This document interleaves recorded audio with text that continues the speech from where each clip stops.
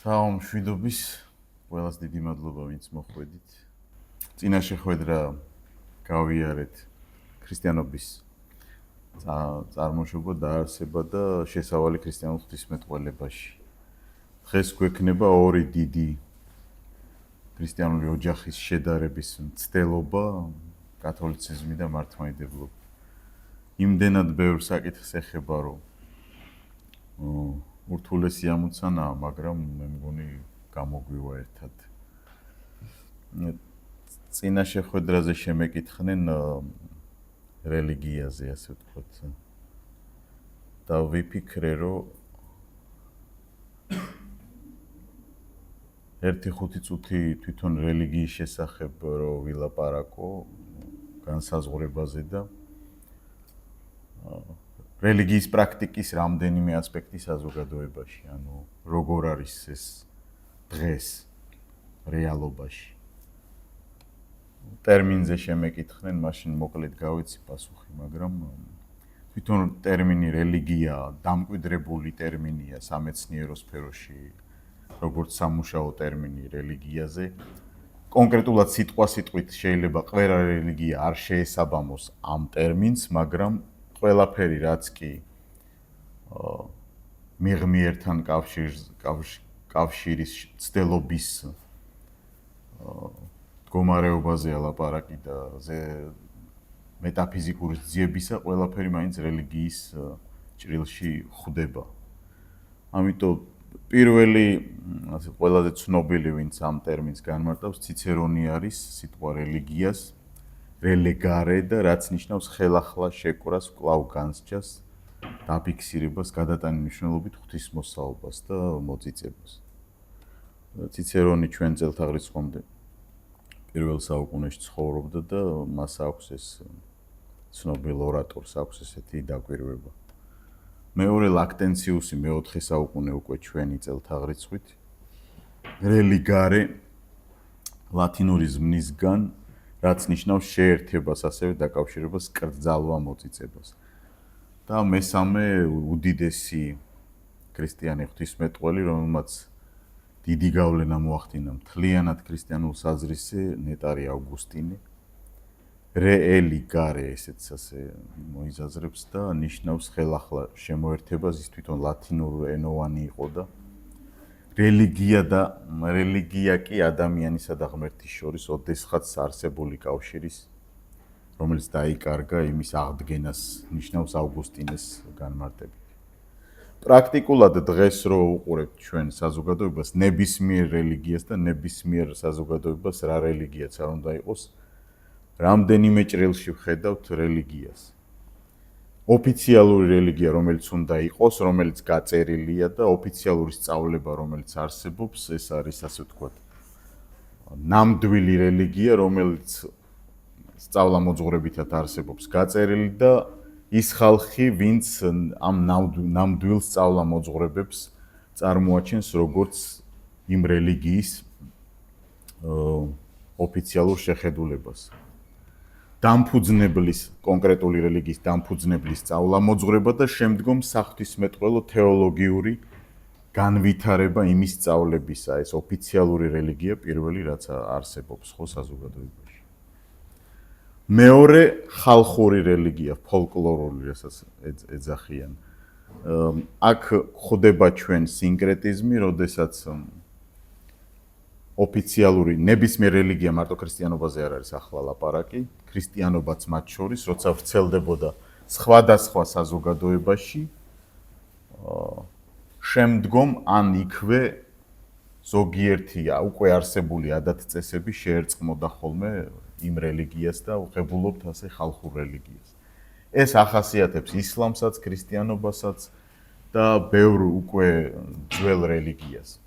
უფრო მერე და მერე ხდება ხოლმე ვიდრე დასაწყისშივე. იმიტომ რომ ხა 85% მაგალითად მუსლიმთა, ამას შევეხებით მუსლიმებზე როცა ველაპარაკობ და ქრისტიანებიც მათ შორის სხვათა შორის უფრო ხალხური რელიგიას მისდევენ ვიდრე ოფიციალურს. და ხალხური ღვთისმოსაობაც გვხდება ხოლმე გარკვეულწილად, რაღაც მაგალითად არ ვიცი საიდან მოიტანა დედაჩემის დედას ბებიას ქონდა ესეთი ცხელი რძეო საღამოსო მეზობელთან არ წაიღოოდა. რატომ მეთქი ვეკითხებოდი? თუ წაიღებო ნახშირი უნდა ჩააგდო რძეში. ესე იყო და ესეა საჭირო. ამავდროულად გაუნათლებელი ქალიკი არ იყო, ნახევარი საუკუნე სკოლაში ქონდა გატარებული, ფილოლოგი იყო თურქულის, აზერბაიჯანულის და ქართულის. და ესეთი რაღაცების წამდა, ეს არის ცურწმენების ელემენტები, ხალხური რელიგიის ასპექტი, ასე ვთქვათ, ხო? მესამე ასპექტი პოლიტიკური რელიგია. ყველა რელიგიას ეხება ესეც, ბევრი რელიგიის ცდელობა ყოფილა პოლიტიკაში გამოყენების, მათ შორის ქრისტიანობისაც. დღეს როცა შევეხებით კათოლიციზმის და მართლმადიდებლობის ურთიერთმიმართებას, აუცილებლად ეს საკითხიც ალბათ გვექნება განსახილველი. პოლიტიკა გამეფებულ ქრისტიანობაში, რა თქმა უნდა, შეაღწია, როგორც ქრისტიანობამ შეაღწია პოლიტიკაში, ასევე პოლიტიკამ ქრისტიანობაში თეოდოსე დიდის მერე ეს მოდიოდა და დღესაც ტრადიციულ მრავალსაუკუნოვან რელიგიებს ეს ინერცია აქვს. სამწუხაროდ თუ საბედნიეროდ ამას არ ვიტყვი, მაგრამ რეალობა ესეთია, რომ პოლიტიზირებული გამოცდილებაც აქვს რელიგიას. პოლიტიკაში ძირითადად როგორ ხდება რელიგიის გამოყენება? რელიგია როგორც ეროვნული სარწმუნოება და რელიგია როგორც საზოგადოების გაერთიანებისა და მართვის იდეოლოგიაშიც გადადის ხოლმე ხანდახან, რომელიც ცდება ოფიციალურს, ხო?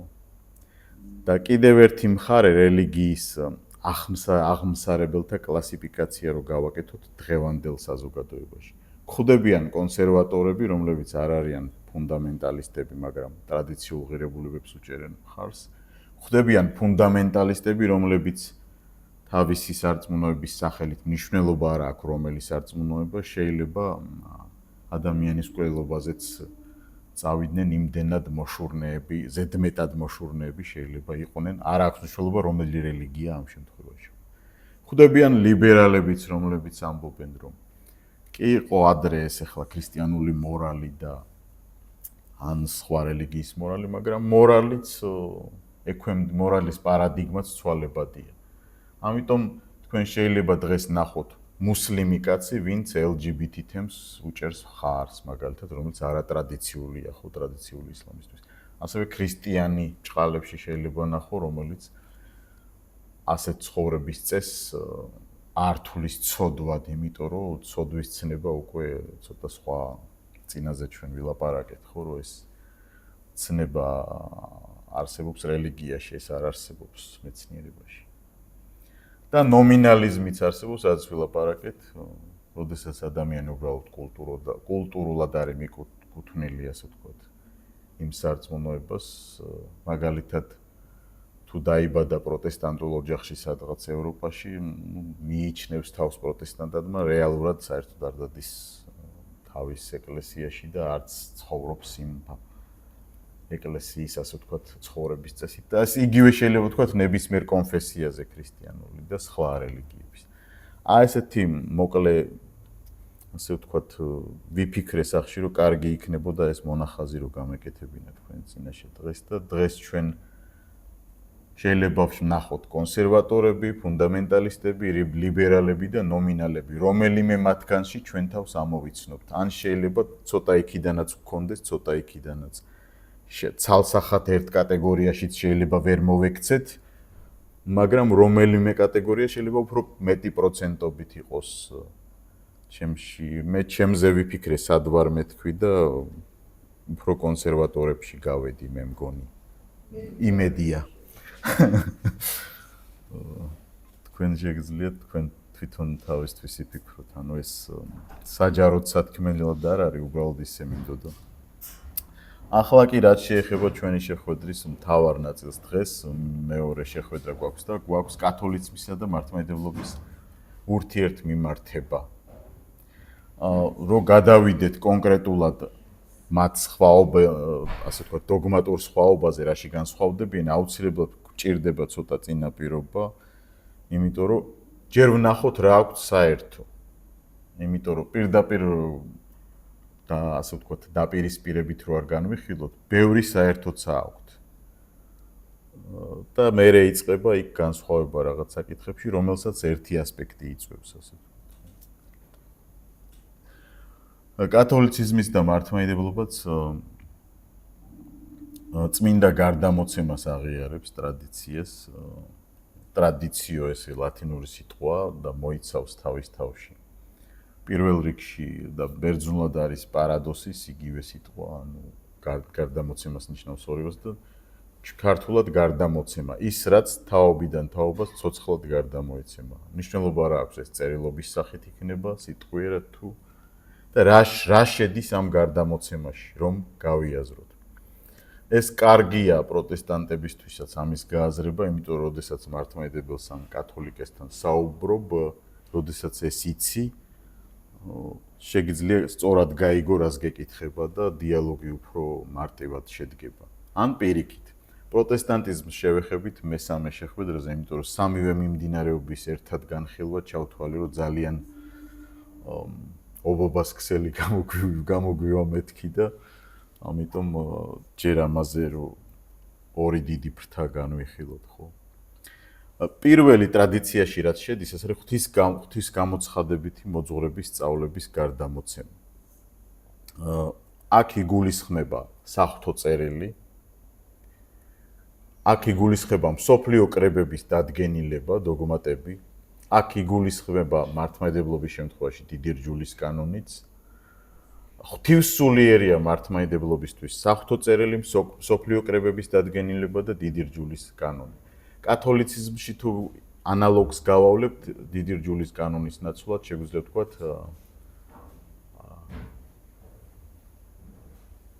regula fide ესეთი ტერმინი აქვს, რომ წმენის წესი, ხო? ეს სამი ასპექტი წმინდა გარდამოცემის ნაწილია და ამაში მართლმადიდებლობას და კათოლიციზმიც ერთ შეხედულებაზე.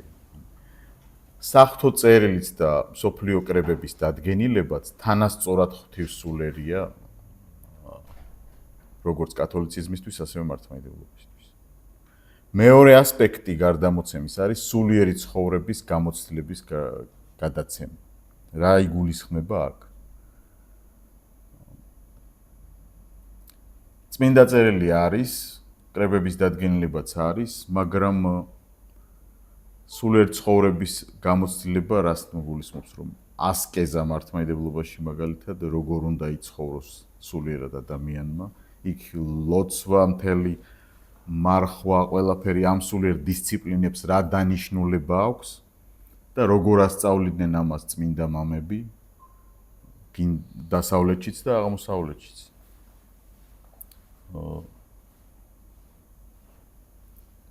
თავარი ასპექტი მან ორივე შემთხვევაში ხიბლის სწავლების შესახებ სწავლება, რაც გულისხმობს არაჯანსაღ სულიერ მდგომარეობას. ასკეზაში ეს ძალიან მნიშვნელოვანია წმინდა გარდამოცემის ასპექტში. მაგალითად, შენ შეიძლება გეგონოს, რომ გაქვს ქრისტესთან ურთიერთობა, შენი ემოციებით, შენი შინაგანი აღზევებულობით, შემართებით და სინამდვილეში შეიძლება შენი ემოციების მონა იყო. საინტერესო დაკვირვებაა. სინამდვილეში შეიძლება წარმოისახო ღმერთის ისეთი ხატება შენს გონებაში და იმასთან კონდეს ურთიერთობა და რეალურ ღმერთთან ამას არ კონდეს არანაირი საერთო. ნახეთ რა კარგი დაკვირვებაა სხვათა შორის. ეს შეიძლება მოვიდეს ნებისმიერ კონფესიაში ადამიანს. გინდა მართლმადიდებლობაში, გინდა კათოლიციზმში, გინდა პროტესტანტიზმში. ანუ სულიერი გარდამოცემის ასპექტში თავარი რეკომენდაცია არის ის, რომ წარმოსახვებს შეეშვი და ემოციებს არ აყვე. შეიძლება დღეს იგრძნო მადლი ღმერთისთან დასწრება, შეიძლება ხვალ გუშინ არ გრძნობდი, მაგრამ ეს არ ნიშნავს, რომ ღმერთი შენთან არ არის. ასე რომ მარტივად რო გავშალოთ, ეს თავარი გაფრთხილება აქ არის ის ხიბლში ჩავარდნა ნიშნავს რას, რომ შენ შეიძლება შექმნა ისეთი რამ შენს წარმოსახვაში, რასაც ღმერთთან არა და ამ შემთხვევაში ქრისტიანობაზე ვლაპარაკობ, ქრისტესთან არანაირი საერთო შესაძლოა არ გქონდეს.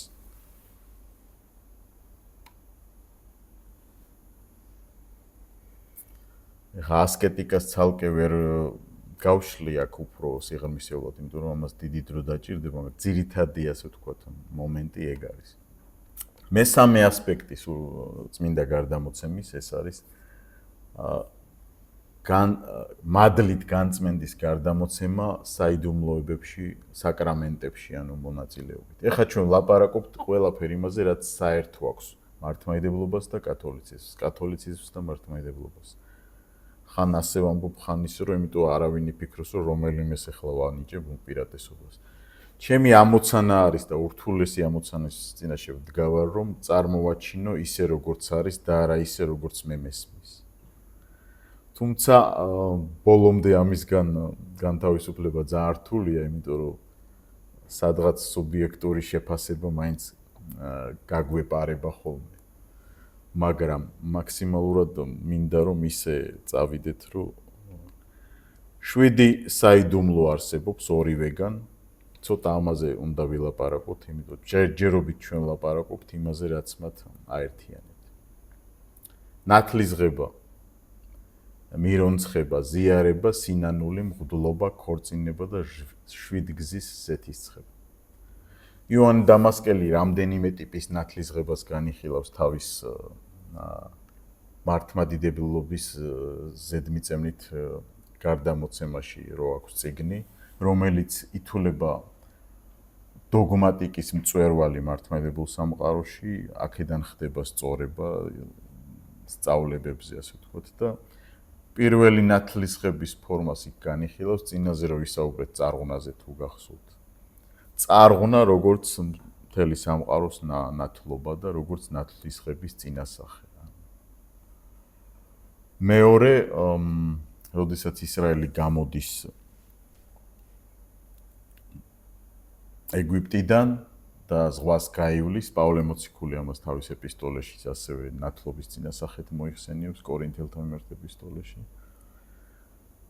და იქ წერს, რომ ჩვენი მამებიო, ანუ იუდეველებზე ლაპარაკობს პავლე მაგ შემთხვევაში, მოინათლნენ ყველანიო ზღვაში გავლით. საინტერესო დაკვირვებაა. მესამე ტიპის ნათლისღება თვითონ რჯულში რაც განბანვის წესები ჰქონდათ, აი ეს როგორც ნათლისღების ერთ-ერთი ასევე სიმბოლო. მეოთხე ტიპის ნათლისღება იოანე ნათლისმცემლის ნათლისღება, რომელიც ამზადებდა ხალხს იესო ქრისტეს მიღებისთვის. მეხუთე ტიპის ნათლისღება ეს იყო თვითონ უფალი იესო ქრისტეს ნათლისღება, რომლის ნათლისღებით იკურთხა მთელი სამყარო, როგორც ადამში დაიწყევლა მთელი მისი შეწოდებით დედამიწა, მიიჩნევენ, რომ საღვთისმეტყველო აზრით მიიჩნევენ, რომ ქრისტეს ნათლისღებით მოხდა კურთხევა მთელი სამყაროს. ასევე ჩვენი ნათლისღებაც ყოველი ქრისტიანის ნათლისღება, რომელიც ინათლება უკვე როგორც ქრისტიანი და შემდგომ სულიწმინდით ნათლისღებაც. ასევე დამასკელი ახსენებს მოწამეობრივ ნათლისღების შესახებ. როდესაც სხვადასხვა ეპოქაში ქრისტიანები მოწამეობრივად აღესრულებოდნენ ეს როგორც მოწამეობრივი ნათლისღება. და კიდე ახსენებს ერთ-ერთ ნათლისღებას, როდესაც ზოგიერთი ასკეტი მამა აღწევდა იმას, რომ ყველა ცოდვაზე გამარჯვების მდგომარეობამდე მიდიოდა და ეს მიიჩნევა, რომ ერთეულებს შეუძლიათ აქამდე მისვლა. თუმცა ყველასთვის შესაძლებელია, მაგრამ ერთეულებმა შესძლეს. ესეთი მრავალწახნაგოვანი არის ნათლისღების ასპექტი, მაგრამ ქრისტიანულ ნათლისღებას რაც შეეხება, ეს არის კარი, რომლითაც ადამიანი ხდება ეკლესიის წევრი მართლმადიდებლობისთვის და კათოლიციზმისთვის. მირონცხება, როგორც უკვე სულიწმინდით ნათლობის ბეჭედი, შემდგომ ზიარება, სინანული, მღვდლობა აი აქ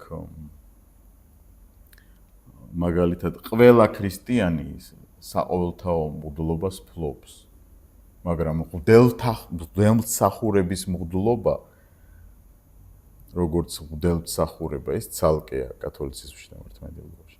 ყოველი მონათლული ადამიანი არის სამეფო სამღვდელოება, როგორც პეტრე მოციქული წერს, მაგრამ მღვდელმსახური ყველა არ არის, რომელიც აღასრულებს, ღმერთი აღასრულებს, რომელიც ემსახურება საიდუმლოებების აღსრულებას. და აი აქ შემოდის ერთ-ერთი ასპექტი, რომელშიც ასევე მართლმადიდებლებს და კათოლიციზმს აქვთ ერთი შეხედულება უწყვეტი ხელდასხმის აუცილებლობა.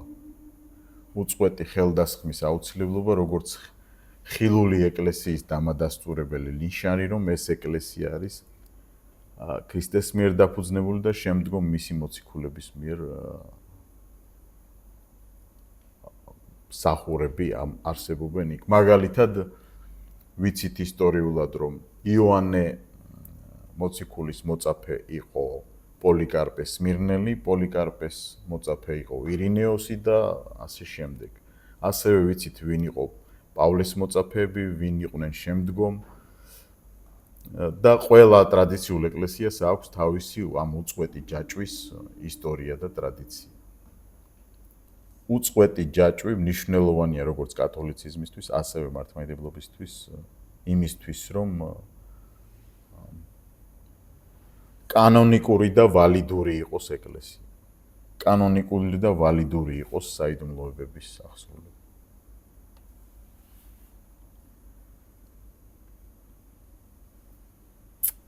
ეს რაც შეეხება საიდუმლოებებს. აუცილებლად უნდა ვნახოთ გადარჩენის შესახებ მათი სწავლების, ასე ვთქვათ, შედარებაც გავაკეთოთ. დასავლურ სამყაროში კათოლიციზმში უფრო ცხონებაზე, სოტერიოლოგიაზე, გადარჩენაზე, მარტივად რო ვთქვათ, ის რისგანაც დაიხსნა იესო ქრისტემ ყოველი ადამიანი, უფრო იურიდიულ კატეგორიებში მიდიოდა მსჯელობა.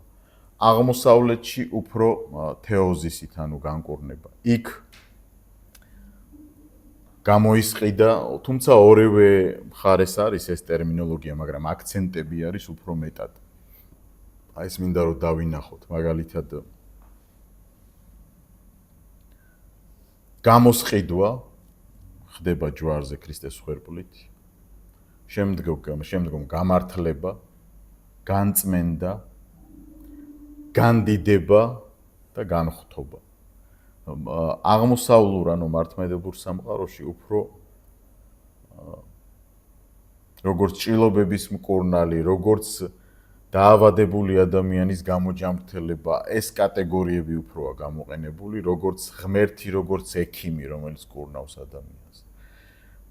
დასავლეთში კი იურიდიულ კატეგორიებში არის მსჯელობა, ღმერთი, რომელიც ამართლებს ადამიანს, რომელსაც სიმართლე დაკარგა შეწოდების შედეგად. აი მე ჩვენ როდესაც მარიოლოგიას შევეხებით, ღვთისმშობლის შესახებ დოგმას, იქ ვნახავთ ცოდვის ასპექტს შევხედავთ, როგორ ესმოდათ ცოტა სხვაგვარად და რატო განვითარდა მარიოლოგია იქ სხვა მხრივ, აქეთ სხვა მხრივ. რომ არ გავმეორდე ამას დავტოვებ მაგ საკითხისთვის. გარდამოცემაში ერთი შეხედულება აქვთ, მაგრამ ჩვენ ახლა შევეხებით ეკლესიოლოგიას, სწავლებას ეკლესიის შესახებ და ვნახავთ, რაში განსხვავდება სამოძღვრო ავტორიტეტი კათოლიციზმსა და მართლმადიდებლობას შორის. აი აქ არის უკვე გზა გასაყარი და ჩვენ ნელ-ნელა გადავდივართ იმ საკითხებზე, რომლებშიც ისინი განსხვავდებიან. ეს დავიმახსოვროთ, რომ იურიდიული სოტერიოლოგია უფრო ახასიათებს ცხონების შესახებ სწავლება დასავლეთს, ხოლო განკურნება თეოზისი უფრო ახასიათებს აღმოსავლეთს. მაგრამ სინამდვილეში ორივე აღიარებს ერთსაც და მეორეს. უბრალოდ უპირატესად ამას მიიჩნევენ, ანუ აქცენტებით განსხვავდება და თქვენ როცა აღმოსავლეთ მამებს წაიკითხავთ, მათთან უფრო თეოზისის მხარეს ნახავთ, განკურნების მხარეს, განუხთობის მხარეს, რომ ადამიანი მადლის მიერად უნდა გახდეს ღმერთი. ხოლო დასავლეთში უფრო ნახავთ გამართლებას, განწმენდას, განდიდებას, გამოსყიდვას ამ კატეგორიებში მსჯელობას. თუმცა ორივე აღიარებს ერთსაც და მეორესაც. ეკლესიოლოგია, ეკლესია. იცით, ჩვენს დაძრებსაც კი როცა ხედავთ, ეკლესია იქ არისო ვამბობთ, ხო, იმდენად ჩვენთან კალკა მოხდა და სხვა ენებში ესე არ არის, მაგალითად, церковь, ხო, რუსულში, ან church ინგლისურში, ხო. და ქართულში ბერძნულის გავლენა იყო ალბათ ჩვენზე და იმიტომ უფრო ეკლესია და ესე დამკვიდრდა ეს ტერმინი. სინამდვილეში ეს ბერძნული ტერმინია და რას ნიშნავს ახლა ეს თვითონ სიტყვა და მერე ეკლესიის როგორი განხილვა არსებობს ქრისტიანობაში ამასაც შევეხოთ. ჩვეულებრივ ეს არის კრება სოციალურ დონეზე ეს იყო კრება, როდესაც ქალაქ სახელმწიფოებში მოქალაქეებს ეპატიჟებოდნენ სპეციალურად მოქალაქეებს, რომ განეხილათ კონკრეტული საკითხი. ეკ წინსართი არის როგორც dan, აი როგორც from, აი ინგლისურად.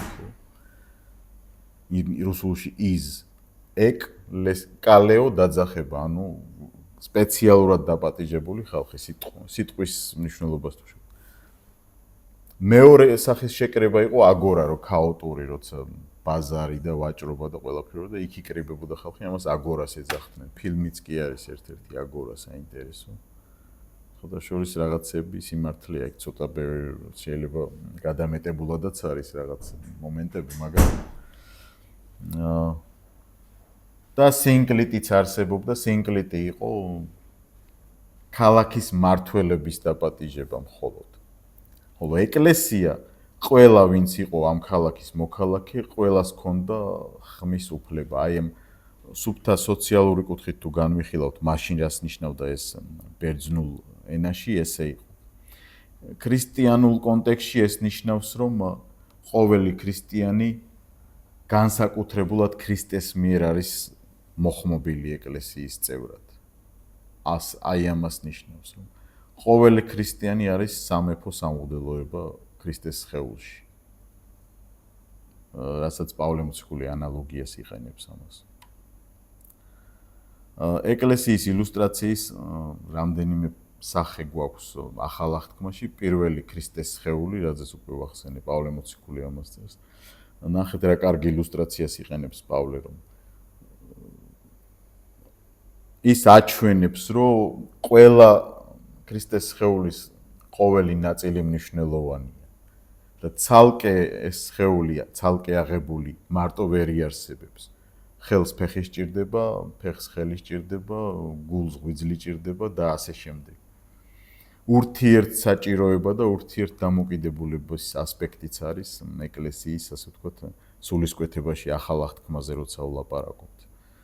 ქრისტეს სხეული პავლესთვის არის ილუსტრაცია იმის მაჩვენებელი, რომ ერთის მხრივ ეს არის რა თქმა უნდა ღვთისძის ღვთაებრივი ორგანიზმი, მაგრამ მეორეს მხრივ ადამიანურიც. იმიტომ რომ ადამიანებისგან როგორც ქრისტე არის 100%-ით ღმერთი და 100%-ით ადამიანი, ეკლესიაც ადამიანებისგან შედგება, მაგრამ მადლის მიერად უნდა მოხდეს მათი განხთობა. არა ბუნებითად, არამედ მადლით. მეორე ილუსტრაცია ასევე გვაქვს ახალ აღთქმაში, გამოცხადების, ანუ ახალ აღთქმის ბოლო წიგნში ვხედავთ ახალ იერუსალიმს, რომელიც არის ქრისტეს საპატარძლო, ანუ იგივე ეკლესია. როგორც უკვე საბოლოო, ასე ვთქვათ, კულმინაციური შეხვედრა ღვთაებით აღდგომის შემდეგ, აბსოლუტური განხთობის შემდეგ, სრულიად გამარჯვებული ეკლესია ეგებება იესო ქრისტეს, ესეთი ილუსტრაციაც გვაქვს. და მესამე რაც თავში ვახსენე, სამეფო სამოდელოება.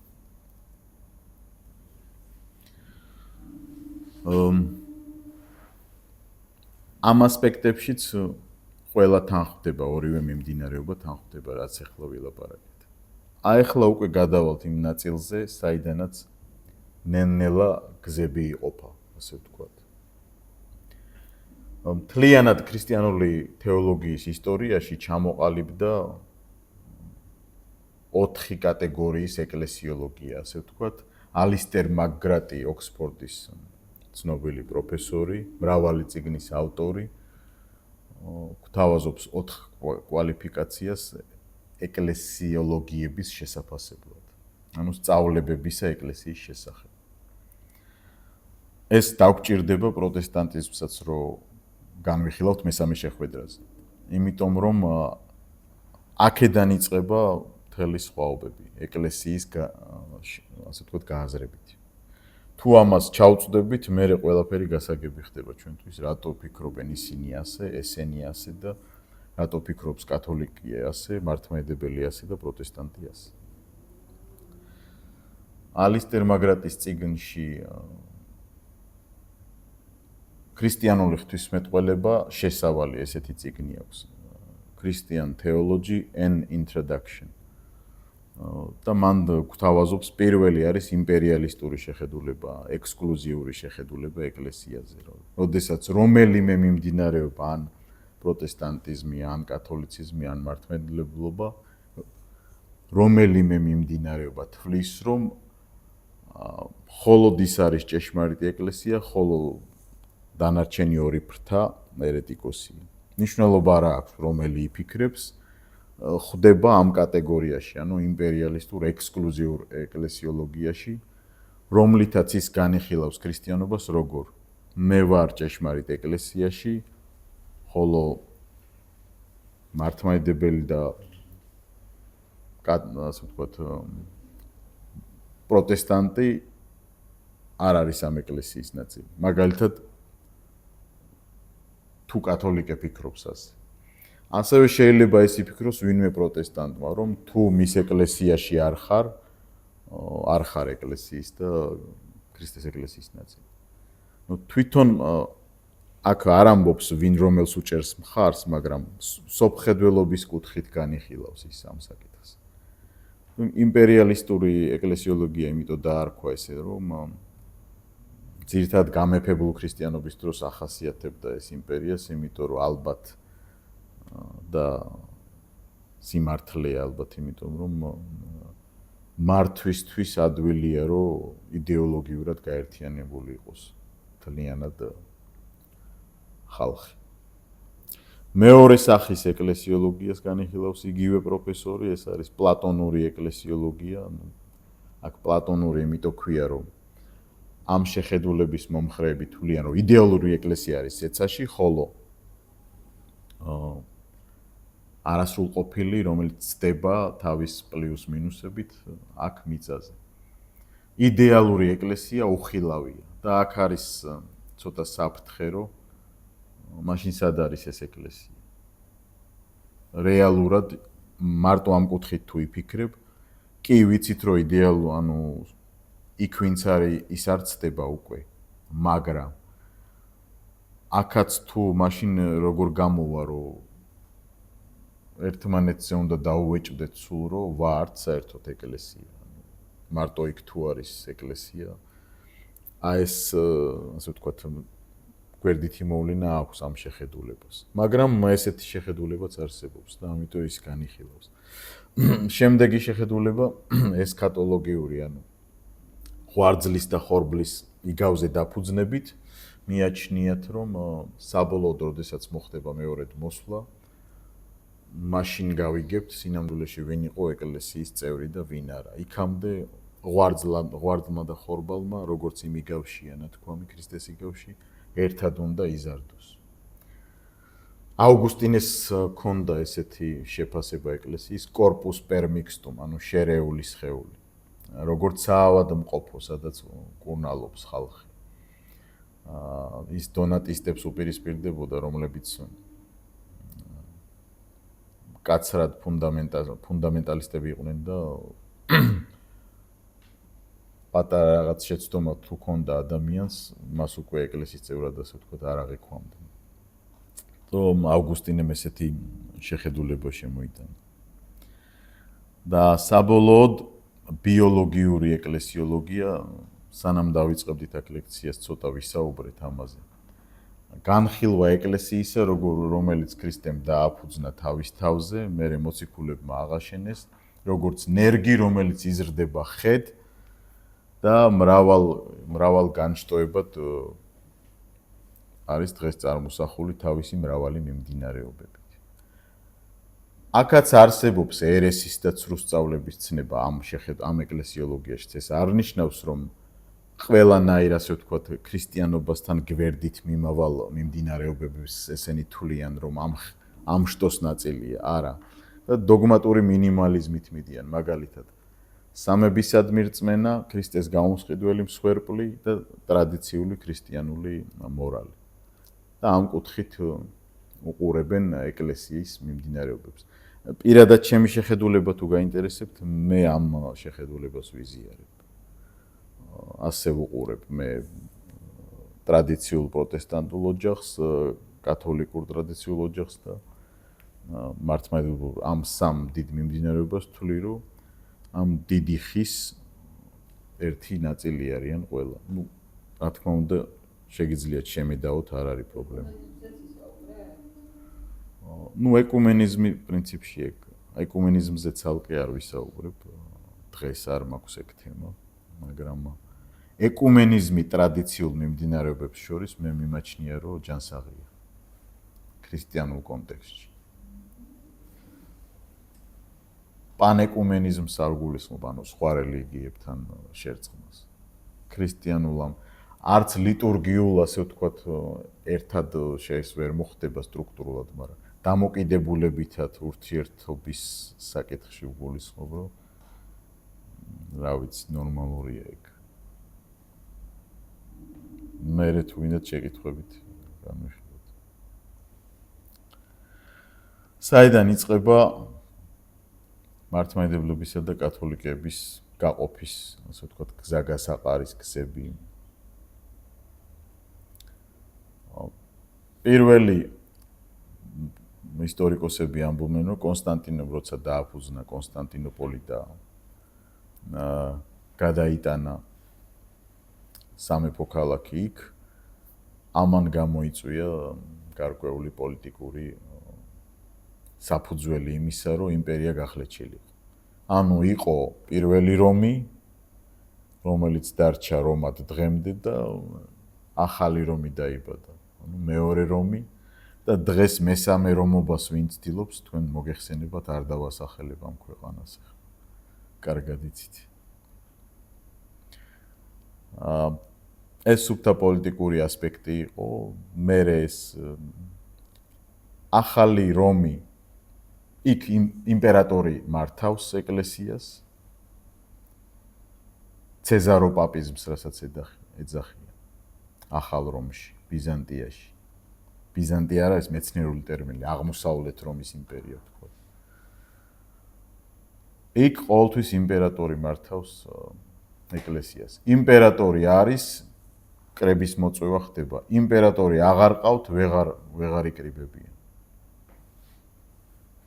რომში კი რომის პაპი მართავს.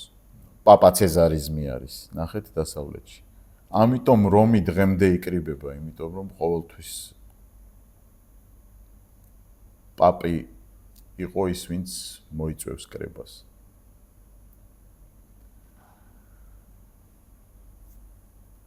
ამრიგად დედაქალაქი როგორც კი გადატანილი იქნა იქ და ისედაც ახლა აღმოსავლეთი და დასავლეთი თავისი, ასე ვთქვათ, ფილოსოფიური ლტოლვით განსხვავდებოდნენ კულტურულადაც ერთმანეთისგან. აღმოსავლეთს უფრო ახასიათებდა ღრმად ჩაწვდომა რაღაც საკითხებში ფილოსოფიური გააზრებები, თითქმის ყველა ქრისტოლოგიური დავა აღმოსავლეთში წამოიწევა. თუმცა რომიც მონაწილეობს ამ კრებებზე რა თქმა უნდა. საბოლოოდ 1054 წელს ოფიციალურად მე-11 საუკუნეში 1054 წელს ფილიოკვე, ანუ სულიწმინდის გამომავლების საკითხი დააძისგანაც, რომელიც ჩაემატა დასავლურ რწამსში, გახდა, ასე ვთქვათ, განხეთქილების მიზეზი. თუმცა იქ პოლიტიკური მიზეზები იყო და ეს დოგმატური სხვაობა გამოიყენეს ორივე მხარემ ვიტყოდი, ორივე პოლიტიზირებული იყო, აქ არ შეიძლება ვთქვათ ერთი უფრო დამნაშავე იყო ვიდრე მეორე. ფოტიც იყო პოლიტიზირებული და დასავლეთიც იყო პოლიტიზირებული. მაგრამ ეს საკითხი ხა დასავლეთში და მამებშიც შეიძლება მოუძებნოთ ისეთი ციტატები, სადაც ძისგანაც გამომავლობს, მაგრამ რწამში ეს არ იყო. მე-6 საუკუნიდან სულიწმინდის ძისგან გამომავლობის შესახებ დასავლეთში ლაპარაკობდნენ, ოღონდ არიანიზმის კონტექსტში, როდესაც ქრისტეს ღვთაებრიობას იცავდნენ, იმის არგუმენტად მოყავდათ ხოლმე, რომ აი ქრისტემ ხო შეუბერა მოწაფეებს მიიღეთ სულიწმინდა და აი ძისგანაც გამომავლობს, რომ ქრისტეს ღვთაებრიობა რო განემტკიცებინათ ამ კონტექსტში იყენებდა დასავლეთი, მაგრამ მე-11 საუკუნესთვის ეს სხვა ეტაპზე გადავიდა და თვითონ ასე ვთქვათ დაპირისპირის მიზეზად წარმოჩინდა როგორც დოგმატური და ასე პოლიტიზირებული მიზეზი იყო, მაგრამ დოგმატური მიზეზი წარმოჩინდა. ეხლა უკვე გადავალთ კონკრეტულად საკითხებზე, რომლებშიც აზრთა სხვაობა ნათლად არის გამოკვეთილი კათოლიციზმში და მართლმადიდებლობაში. პირველი მათგანი უკვე ვახსენეთ ფილიოკვე და ცოტა ამაზე თუ გინდათ ვისაუბროთ. რას ნიშნავს ეს და რომ ეს სამების საკითხს ეხება. ცოტა რთული არის დოგმატური თავისი ასპექტები აქვს, მაგრამ აი როგორ სამების შესახებ დასავლური და აღმოსავლური მოდელი. აღმოსავლეთი როგორ ფიქრობს მაგალითად მამისგან რო გამომავა იშვება ძე, ოღონდ ეს არ არის პროცესი და დროში. ეს არის უდროო რამ. მარადიული ურთიერთობა მამის და ძისა, ონტოლოგიური სამება, ისეთი როგორც არის იქ. და სულიწმინდა გამომავლობს მამისგან, მაშინ სადღაა რელაცია ძესა და სულიწმინდას შორის დასავლეთის ვამსახურს. მამასა და ძეს შორის არის რელაცია, მამასა და სულიწმინდას შორის არის რელაცია და ძესა და სულიწმინდას შორის არ არის რელაცია ან ურთიერთობა. ამიტომ სულიწმინდა უნდა გამომდინარეობდეს მამისგან ძის მეშვეობით. ამ ფორმულას ეთანხმებიან. იყო დრო რომ აღმოსავლეთი ეუბნებოდა მაშინ ამას ეთანხმებით, მოკლედ მივიდნენ იქამდე რომ ამასაც ეთანხმებიან. ხა აღმოსავლეთის რა კატეგორიებში უყურებს სამებას. აღმოსავლეთში ხა კაპადოკიელებში სულ სხვა პრობლემა იყო მაშინ. იქ არიანელობა იყო იქამდე, რომელიც არ აღიარებდა ქრისტეს ღმერთად, ღვთისძედ, როგორც არაქმნილს. არიოზი ამბობდა, რომ იყო დრო, როდესაც ძე არ არსებობდა. და კაპადოკიელები როგორ ხსნიან სამებას? ისინი ამბობენ, რომ არსებობს ერთი ბუნება, უსია და სამი იპოსტასი. აღმოსავლეთში სულ სხვა პრობლემაა და ამიტომ სულ სხვა კატეგორიებში მიდის. დასავლეთი ღებულობს ამ აღმოსავლეთ კაპადოკიელების შეხედულებასაც. მაგრამ აი სულიწმინდის გამომავლობის საკითხში თვითონ ონტოლოგიურ სამებაზე როცა ვლაპარაკობ, ონტოლოგიური სამება რას ნიშნავს? ისეთი როგორიც არის, სადაც არის მამა, ძე და სულიწმინდა დროის მატერიისა და სივრცის მიღმა, რომელშიც ჩვენ ვიმყოფებით. ეკონომიური სამება არის, რომელიც უცხადდება აქ მაგალითად, როდესაც ქრისტე ინათლება, მამის ხმა არის, ეს არის ჩემი ძე, მას უსმინეთ და აქ ცხადდება სამება. და მტრედის სახით სულიწმინდა გარდამოდის ძეზე. დასავლეთი ეკითხება აღმოსავლეთს. რანაირად ხდება მაშინ ონტოლოგიურ სამებაში ურთიერთობა სულიწმინდასა და ძეს შორის.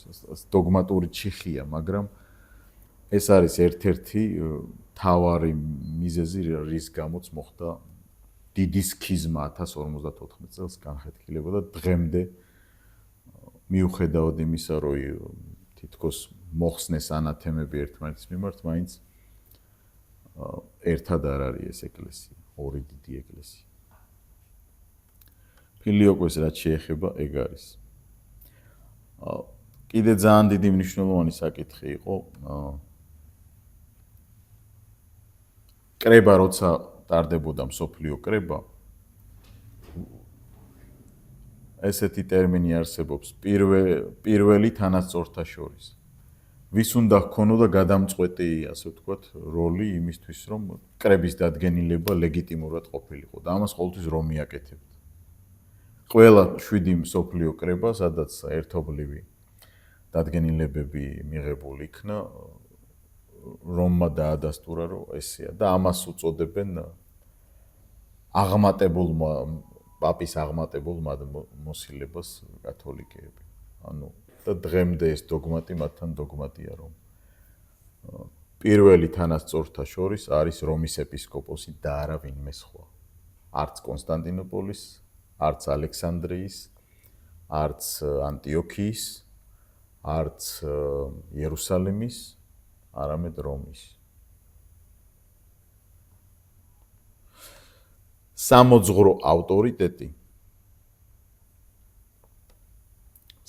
ავტორიტეტი მართლმადიდებლობისთვის არის კრების ერთობლიობა, ხოლო კათოლიციზმისთვის არის რომის პაპის ის ძალაუფლება, რომლის დადასტურებითაც კრების გადაწყვეტილება ხდება ლეგიტიმური, ვალიდური, კანონიკური. ეს არის ფუნდამენტური სხვაობა. აი აქ არის მთელი დაპირისპირების ამბავი.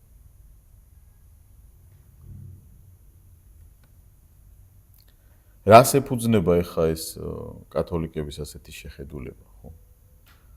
ეს ხო არ არის უბრალოდ, ასე ვთქვათ, დღეს წამოწეული საკითხი. მათ აქვთ საყვარელი ტექსტები, როგორც ყველა მიმდინარეობას თავის საყვარელი ტექსტი აქვს წმინდა წერილში, რაზეც ღვთისმეტყველება მერე იზრდება. როდესაც პეტრე აღიარებს, რომ შენ ხარ ძე ცოცხალი ღვთისა, ეუბნება ქრისტეს, მათეს სახარებაში მე-16 თავში და ქრისტე ეუბნება ესეთ რამს, რომ შენ ხარ პეტრე და ამ კლდეზე დავაშინებ მე ეკლესიას და ჯოჯოხეთის ბჭენი ვერ დაძლევენ მას. აქედან თulis კათოლიკური მიმდინარეობა, რომ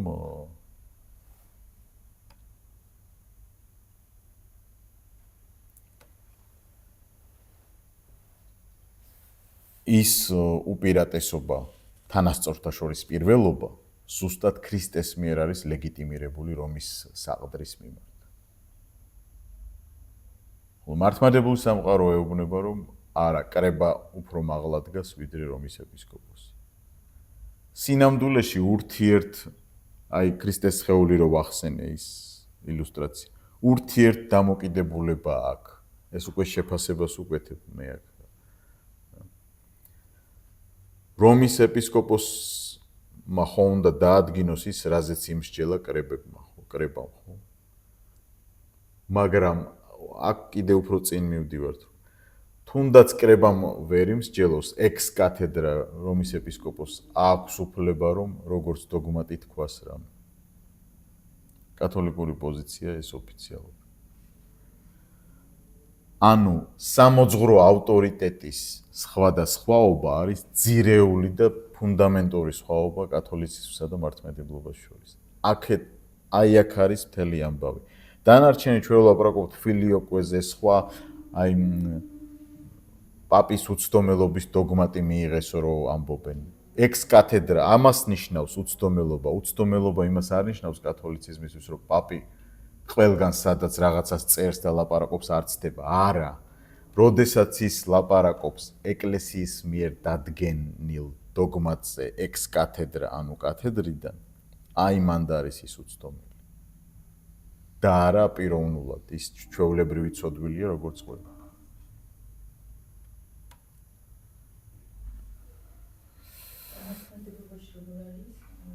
მართლმადიდებლობაში უპირატესობა ენიჭება კრებსითობას, ყველა ამ ეპარქიების ერთობლივ ხმას. მაგრამ რაც რომთან ურთიერთობაში არ არიან, სინამდვილეში ვერ მოხდა მათი შეკრება.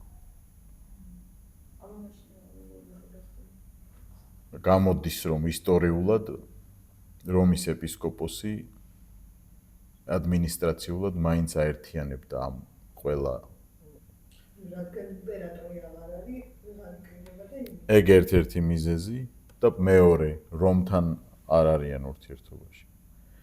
იმპერატორი მერეც იყო კონსტანტინოპოლი დაეცა 1453 წელს. მე მგონი არ უნდა შევცდე. მაგრამ იქამდეც რეალურად სერიოზული კრება, 7 მსოფლიო კრების მერე მართლმადიდებლური სამყარო არ შეკრებილა რაიმეს სერიოზულად გადასაწყვეტად.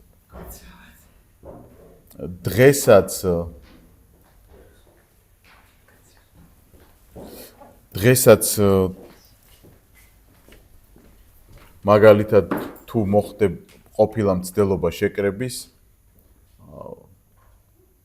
ობიექტური მინდა ვიყო არასუბიექტური. ვერ ადგენენ ვინ არის პირველი თანასწორთა შორის რომის გარეშე. როცა ამბობს ვინმე მეორე რომი და მესამე რომიო, რომმა თქვა ცოტა გაიღიმა და თქვა რომ პირველი რომი არსად წასულაო და მესამე რაში საჭიროა. ვის მიმართ თქვა ხვდებით ალბათ ხო. ერთ-ერთი კიდევ განსხვავებული დოგმატი, ღვთისმშობლის უბიწოდ ჩასახვის დოგმატი, ამაზე მინდა ვისაუბრო, იმიტომ რომ აქაც ძალიან სხვადასხვა მარიოლოგია ცალ-ცალკე დარგებად არის კათოლიციზმშიც. მართლმადიდებლობაშიც და განსხვავდება. უბიწოდ ჩასახვას აქ არ გულისხმობ რომ ქრისტე ჩაისახა მარიამში. აქ იგულისხმება რომ თვითონ მარიამი მათი მშობლების, რა თქმა უნდა, სქესობრივი აქტის შედეგად ღვთის განგებულებითად, რადგან ღვთისძე უნდა განკაცებულიყო მასში, კათოლიკურ დოქტრინაზე ვლაპარაკობ. ღვთის განგებულებით მარიამს არ ჰქონდა პირველმქმნელი ცოდვა. ანუ რა არის პირველმქმნელი ცოდვა, ახლა შევიხოთ. პეკატუმ ორიგინალი. სამართლიანობის დაკარგვა, რასაც ადამი და ევა კარგავენ შეცოდების შედეგად, იმიტომ რომ ღმერთ შემოსილი იყო ადამიანი, რა თქმა უნდა გაზრდილი იყო კიდე, მაგრამ ღვთის სამართლიანობით შემოსილი იყო. პირველმქმნელი ცოდვის არსზე ვლაპარაკობთ. ცოდვისკენ მიდრეკილება, რომელიც ჰქონდა ადამს და ევას და ყველა მის შთამომავლობას. და საბოლოოდ როგორც შედეგი ამ ყველაფრისა, ხრწნილება, ტანჯვა და სიკვდილი. ეს ყველაფერი ღვთის განგებულებითად, კათოლიკური მარიოლოგიის მიხედვით, როდესაც მარიამი ჩაისახა ანაში, იოაკიმისა და ანას ურთიერთობის შედეგად, ღვთის განგებულებითად, მადლის მიერად, ღმერთის განჭვრეტით, მას მოეხსნა პირველმქმნელი ცოდვა. რაც ყველას ჰქონდა დანარჩენ ადამიანს. შესაბამისად, როდესაც ქრისტე ჩაისახა მარიამში, არც ქრისტეს არ ჰქონდა პირველი ცოდვა.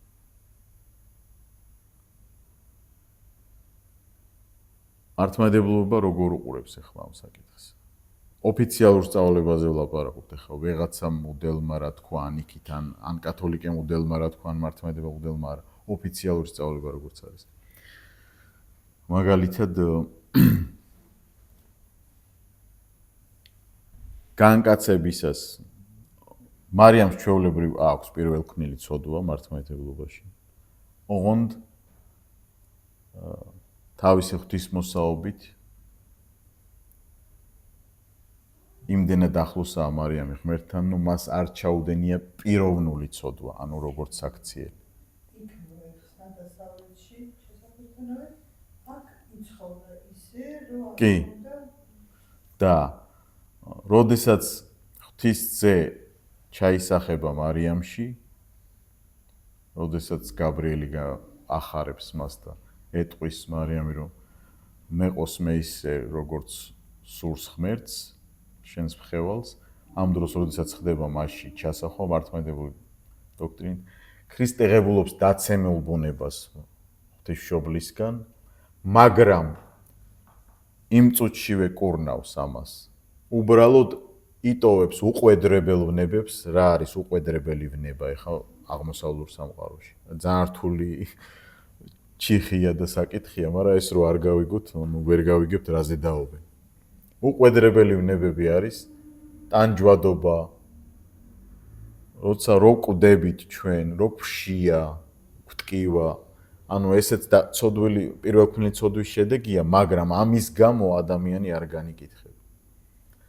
და ქრისტე იტოვებს სიკვდილისა და ტანჯვის შესაძლებლობას მიუხედავად იმისა, რომ განკურნა დაცემული ბუნება ჩასახვისთან. იმისთვის, რომ შესაძლებელი გახდეს მისი ჯვარზე სიკვდილი.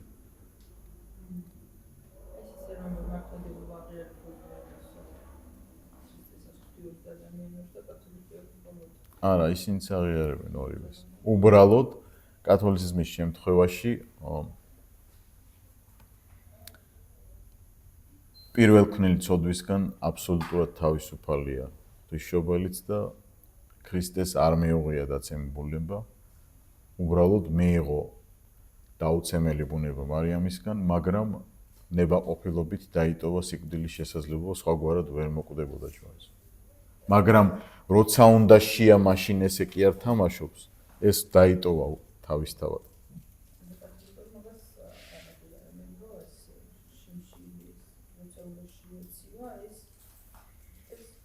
არა, ეგ დაიტოვა უბრალოდ პირველქმნილი ცოდვის გარეშე და აქ ამ შემთხვევაში როგორც უყვედრებელი ვნებები შედეგი პირველიქმნილი ცოდვისა ამ ასპექტით დაიტოვა.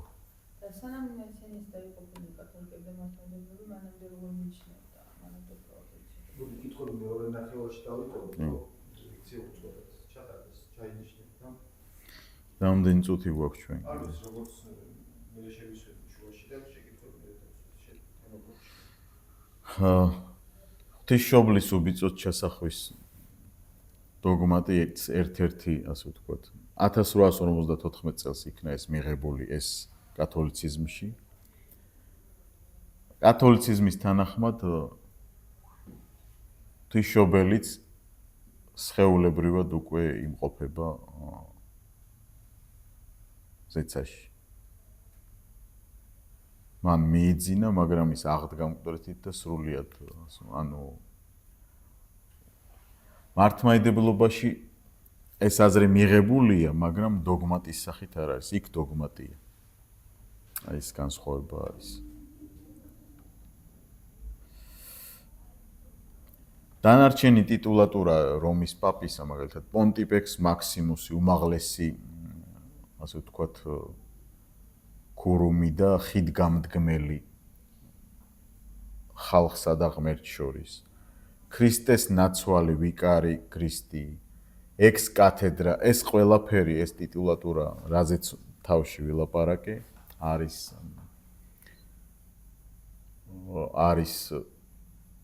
პაპის პრიმატის, ანუ ის რომ პირველი თანასწორთა შორის არის და მისი დადგენილების, ასე ვთქვათ, მისი ლეგიტიმაციის გარეშე კრების გადაწყვეტილება ვერ იქნება კრების გადაწყვეტილება, ამ უპირატესობას მიუთითებს მთელი ეს ტიტულატურა. ამ გაგებით არის ის უმაღლესი ხიდგამდგმელი, ამ გაგებით არის ის ქრისტეს ნაცვალი და არ არის ქრისტე, რა თქმა უნდა. ამ გაგებით აქვს მას ექს-კათედრა და ამ გაგებით აქვს მას პრიმატი, პაპის პრიმატი, რასაც ქვია, რომ მას შეუძლია მხოლოდ მას შეუძლია დაადასტუროს კრების გადაწყვეტილება და ეკლესიის ოფიციალური სწავლება. აი ესეთი ეკლესიოლოგიური, ასე ვთქვათ, განსხვავება არის და ინდულგენციებზე მინდა ცოტა ვილაპარაკო, მე დავასრულებ და გადავიდეთ კითხვა-პასუხზე. ინდულგენციის საკითხი ახლა ჩვენ მხოლოდ მისი, ასე ვთქვათ, გაუკუღმართებული ფორმები რო ვიცით ისტორიიდან და ფილმებიდან და ძალიან თვალშისაცემად, ასე ვთქვათ, წარმოგვიჩნდება ჩვენ, ხო? მაგრამ ინდულგენციას ჰქონდა გარკვეული გამოსასწორებელი დანიშნულება, გამამხნევებელიც გარკვეულწილად, რომ აი შენ ყველაფერი ნაპატიები გაქვს, უბრალოდ რახან ამ ცოდვაში იცხოვრე, გარკვეული, ასე ვთქვათ, მაგალითად მოწყალება გაიღე რაღაც უპატრონო ბავშვთა სახლში და ამით შენი სინანული გამოხატე. ეს იყო ძალიან ინდივიდუალური. ინდულგენციების გაუკუღმართება და ასე ვთქვათ, უკიდურესობა მე-16 საუკუნეში იმიტომ წარმოიშვა, ერთ-ერთი მიზეზი იყო რეფორმაცია. ამაზე ვილაპარაკებთ უკვე მესამე შეხვედრაზე, მარტინ ლუთერზე და პროტესტანტულ სამყაროზე. როდესაც იოჰანე ტეტცელი ერთ-ერთი, ასე ვთქვათ, თეატრებს დგამდა ეს კაცი ჯოჯოხეთში 64-ზე და განსაწმენდელზე, ამაზეც ვილაპარაკებ აუცილებლად. განსხვავება ჯოჯოხეთის აღქმაზე მართლმადიდებელსა და კათოლიკებს შორის. სცენებს დგამდა, რომ აი და დაწესებული ქონდა ჩვეულებრივ ფულს აგროვებდა ხალხის. თქვენ თუ გადაიხდით აი ამას, თქვენს წინაპარს ან მეუღლეს ეპატიება ესა და ეს ცოდვა. ისეც კი ქონდა გაუკუღმართებული, რომ თქვენ თუ გადაიხდით აი ამდენ ფულს შეიძლება ადამიანი მოკლა, ანუ ადამიანის მოკლისთვისაც. აი ამ დონეზე ამას ახლა თვითონ კათოლიკეებიც უარ ყოფენ, რა თქმა უნდა, ეს იყო გადახვევა. ლუთერი თვითონ იყო ავგუსტინელი ბერი და ამ ყველაფერს ხედავდა, ვეღარ უკვე ეს კულმინაცია იყო და მერე ზუსტად დაიწყო ლუთერის მოღვაწეობა, მაგრამ ეს უკვე პროტესტანტიზმის ღვთისმეტყველება, ამას დღეს არ შევეხები, მაგრამ მინდა ჯოჯოხეთის და 64-ის საკითხს შევეხო, ამაშიც განსხვავდება კათოლიციზმი და მართლმადიდებლობა. კათოლიციზმში არსებობს ჯოჯოხეთი, სადაც მოუნანიებელი ადამიანი ხვდება, არსებობს პურიგატორიუმი, მაგალითად მანიაკი და ჩვეულებრივ კეთილი ათეისტი ერთ ადგილას რომ მოხვდეს სამართლიანი იქნება? მარტივად რო დავსვათ. არა. ამიტომ ეს კეთილი ათეისტი პურიგატორიუმში მოვახვედოთ. ნუ პირობითად ვამბობ ახლა. და ის მანიაკი ჩიკოტილო მაგალითად ან კიდევ სხვა რომელმაც ამდენი ადამიანი შეჭამა და იძალა და მათზე. ის ჯოჯოხეთში უნდა იყოს. და არსებობს 64. ნუ დანტეს ღვთაებრივ კომედიაში ეს სამივე სექცია არის და იცით იქ როგორცა ის ჯოჯოხეთში, როცა ჯოჯოხეთში ასეირნებს, ასე ვთქვათ. იქ იუდაც იმყოფება და მოკლედ იქ კატეგორიება და ეს ძალიან ყველაზე კარგად ალბათ დანტეს აქვს აღწერილი ეს კათოლიკური გაგება. თუმცა იქ აშარჟებს ბევრ რაღაცას. იქ დოგმატურად კი არ უდგება, მაგრამ აი ეს სამი სექცია, ასე ვთქვათ, ხატოვნად რო ვნახოთ ალბათ დანტესთან, მაგრამ მართლმადიდებლობაში როგორ არის? არსებობს ჯოჯოხეთი და არსებობს 64. შუალედი არ არსებობს. მაგრამ ჯოჯოხეთი მართლმადიდებელი მაგალითად ისაკ ასურისთვის პირველ რიგში თუმცა იმაზეც დაობენ ისაკასური იყო თუ არა მართლმადიდებელი დღევანდელი მკვლევარები, მაგრამ მართლმადიდებელ ცნობიერებაში პირველ რიგში მდგომარეობა, მაგრამ ადგილიც არის. როგორც მზემ შეიძლება ერთ ადამიანს სიამოვნება და ზაგარი მიანიჭოს, მეორეს კიდე ალერგია მისცეს, ხო, ასე ვთქვათ. მაგრამ ცუდი შედარებაა, მაგრამ აი ცხოვრების წესი განაპირობებს იმას, როგორ იმოქმედებს შენზე ღმერთთან შეხვედრა. მართლმადიდებლობაში ორი სექციაა. პროტესტანტიზმშიც არ არსებობს პურიგატორი, იქაც მხოლოდ ჯოჯოხეთი და სამოთხეა. რომელიც საუკუნეა ხდება ჯოჯოხეთი. ჯოჯოხეთი ტერმინი ესეთი. თვითონ სახარებაშიც ხდება. კი, ხდება. ძველახთმაშიც არის? ძველახთმაში უფრო შავეთია შეეული. ახალახთმაში უფრო გაშლილად არის ესე. ძველახთმაში ბევრი რაღაცა ბოლომდე არ არის გაცხადებული, მაგალითად სამების შესახებ შემეცნებაც არის, განაღმერთი გახდა მერე სამება არა. უბრალოდ მერე ცხადდება, გამოცხადების დონე მატულობს ადამიანისთვის. ჯოჯოხეთის და სამოთხეს შესახებ სწავლებაც ახალახთმაში უფრო იშლება, ქრისტეს სწავლებაში იშლება ეს მდიდარი და ლაზარეს იგავში მაგალითად, როდესაც ის ფარისევლებს და მძიგნოვრებს ეუბნება ამიგავს, ხო? ალბათ აქ გავჩერდები და შეკითხვებს დაველოდები. სამების განმარტებას ერთხელ და მერე შემიძლია დიდი დრო დაჭირდება, მაგრამ ვეცდები. ჩემთვის მაგალითად კათოლიკური მოდელით გწამს სამება თუ აღმოსავლური მოდელით. ჩემთვის ეს ერთმანეთს უფრო ავსებს ვიდრე ვაპირისპირე. თავარი მანდ ის არის, პირადად ჩემი აზრი თუ გაინტერესებს. მართლმადიდებლური დოგმატიკის მიხედვით კათოლიკური გაგება სამებისა ერეტიკულია, ფილიოკვე არის ერესი. ანუ სხვა აზრი, რომელიც აღმოსავლურ მოდელს არ ეთანხმება. ცრუსწავლება, მარტივად რო ვთქვათ, ერესი არის დამოუკვლელი სწავლება. მე ესე არ ვუყურებ ახლა. სამებაში მთავარი ის არის, რომ მამა არის ყოველთვის მამა, ძე არის ყოველთვის ძე და სულიწმინდა არის ყოველთვის სულიწმინდა. მამა ოდესღაც კი არ გახდა მამა. არა.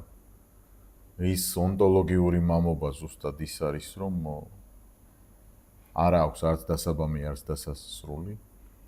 ონტოლოგიური ძეობაც ის არის, რომ არც მას აქვს დასაწყისი და დასასრული.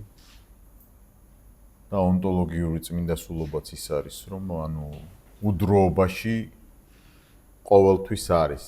მე ვარ რო ეუბნება ა ブラ ამს ღმერთი, სამებას როცა ვიაზრებთ, რას ნიშნავს? ღმერთი, რა თქმა უნდა, წმინდა წერილში გამოყენებულია იყო, არის და იქნება, მაგრამ არის ღმერთი უბრალოდ არის ყოველთვის. ისტორიაში ის უბრალოდ კი არ ხდება სამება, არამედ თავის დროს ცხადდება და უფრო სიღრმისეულად იმ დონეზე ვლინდება, რომ ადამიანისთვის გასაგები გახდეს. აი ხა ისეთი ანალოგია, არ ვიცი, შეიძლება წეღან მათემატიკაზე იყო ლაპარაკი, უსასრულობაზე შედარება, ხო? მაგრამ დროც ქმნილებაა ქრისტიანული თვალსაზრისით, მატერიაც ქმნილებაა და სივრცეც და რამე ანალოგი ისეთი საერთოდ არ გვაქვს, რომ ვთქვათ, რომ აი ეს კარგად განასახიერებს სამებას. ვერ მოვიყვანთ ესეთ ანალოგს.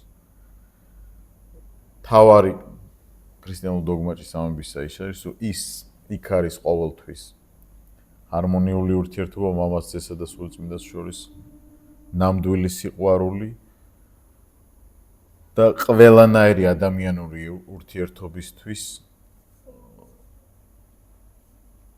თავარი აღმატებული და დიადი ურთიერთობის მოდელი ეგ არის, რასაც თვითონ ქრისტე რო განკაცდა აცხადებს თავის ცხოვრების წესით.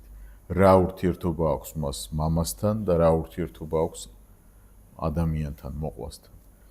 ეს არის სამების, ასე ვთქვათ, მოკლე გაცხადება. რატო ეძახიან ერეტიკოსებს ახლა? კათოლიკური თვალსაზრისით პირიქით აღმოსავლეთი მოწყდა რომთან ურთიერთობას და აღმოსავლეთი იმყოფება ამ კუთხით ცდომილებაში, იმიტომ რომ რეალურად პრაქტიკაში ჩანს, რომ რომის გარეშე ვერ იკრიბებიან და ვერაფერ გადაწყვეტილებას ვერ ღებულობენ. მართლმადიდებლურ სამყაროზე. მართლმადიდებლური სამყარო თulis რომ იმიტომ რომ ეს პაპის პრიმატი მათ სჯერათ, იმიტომ რომ ღვთისმშობლის შესახებ სწავლება ესე აქვთ, რაზეც ჩვენ ვილაპარაკეთ, იმიტომ რომ ფილიოკვეს წამთ და აი ეს საკითხები არის ძირითადად განხეთქილების და ურთიერთბრალდების, კი არა, ურთიერთშეფასების საფუძველი ერეტიკოსად და არაერეტიკოსად.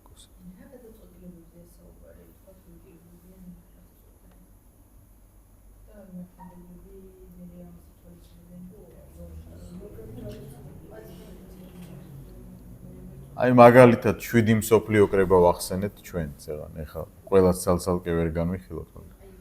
მაგალითად პირველ მსოფლიო კრებაზე იყო პრობლემა 325 წელს. ერთ-ერთი ეპისკოპოსი ასწავლიდა, რომ ქრისტე ქმნილებაა. ეს გავრცელდა ეს სწავლება იმ დონეზე, რომ აუცილებელი გახდა შეკრება. მრავალი ეპისკოპოსი ესწრებოდა იქ და მოკლედ იმსჯელეს და გადაწყვიტეს, რომ სწავლება, რომლის მიხედვით მარტივად გეუბნებთ, ეხა დოგმატური ტერმინებით არ მინდა რომ გადაგთვლით. სწავლება იმის შესახებ, რომ ღვთისძე ოდესღაც არ არსებობდა და მან დაიწყო არსებობა, აქ ლაპარაკია ღვთისძეზე, როგორც ონტოლოგიურ სამებაზე. რა თქმა უნდა ის რომ განკაცდა, მან ადამიანური ბუნება მიიღო და ადამიანური ბუნება ქმნილია, ცხადია. მაგრამ პიროვნება მისი უქმნელია, ის ხო ღვთისძეა, ბუნება მიიღო და ამაზე მსჯელობდნენ, მიიღეს გადაწყვეტილება, რომ ეს არის ცრუ სწავლება, რომმაც დაადასტურა, რომ როგორც პირველმა მთავართა შორის. ანუ ეს ადმინისტრაციული მომენტი იყო ეკლესიაში ესეთი მექანიზმი, რომ მსჯელობა მიდიოდა და რომის მთავარ ეპისკოპოსს როგორც პირველს თანასწორთა შორის უნდა დაედასტურებინა ლეგიტიმურობა ამ გადაწყვეტილებას. დღესაც რამე გამოწვევები რაც არის. მაგალითად იმის მერე რომი ბევრჯერ შეიკრიბა, ხო?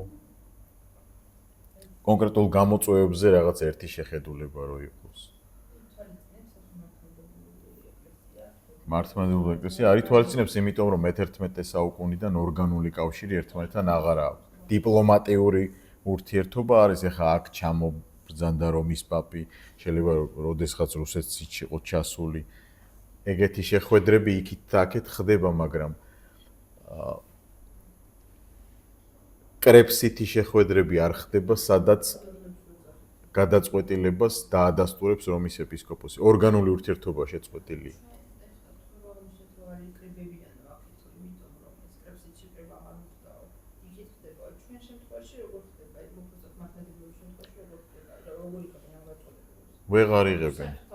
ვეღარ იღებენ ამას ლაპარაკობა. ანუ ადგილობრივი ეკლესიები მსჯელობენ სინოდებით თავისთვის კონკრეტულად ცდილობენ რომ თავის გარშემო არსებულ საკითხებზე იმჩნევლონ და რაღაც გადაწყვეტილება მიიღონ.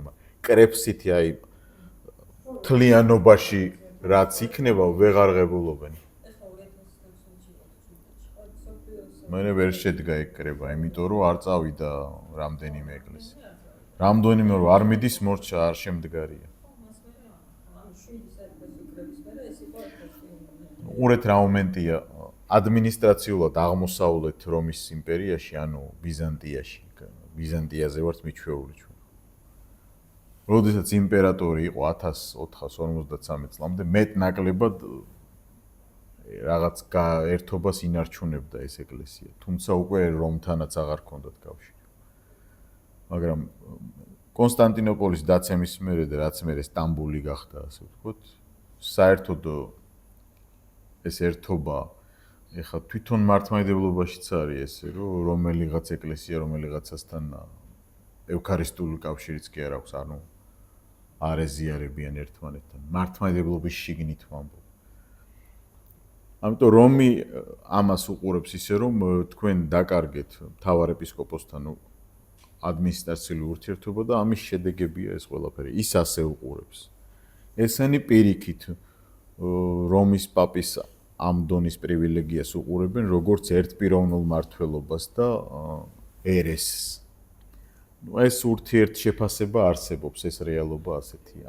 ასე გაგცემდით პასუხს, ანუ ის აიხსნება რომ ესე იგი გაყოფის მერე მართლმადიდებლური და კათოლიკური ეკლესიების გაყოფის მერე ანუ იდეაში მანამდეც ეს ერეტიკული მიმართულებები აღმოსავლურ ეკლესიაში იბადებოდა ყოველთვის და დასავლურ ეკლესიაში ეს ფაქტობრივად არასოდეს არ იყო და მე-15 საუკუნის მერე ანუ ეს გაყოფები ესე ვთქვათ გამოყოფილი ეკლესიიდან სხვადასხვა მიმართულებები მათ შორის ლუთერული თუ სხვა ესე რა ქვია ეკლესიების დაფუძნება მხოლოდ დასავლეთ ეკლესიას ახასიათებს აღმოსავლურში მე არ მახსოვს დაყოფა აი ერესი რასაც ქვია რა იმ გადმოსახედად კათოლიკური ეკლესიაც ხო ერესს ეძახის რაღაცას ხო და მართლმადიდებლური ეკლესიაც ხო აღმოსავლურ ეკლესიაში იბადებოდა გაყოფამდე და გაყოფის შემდეგ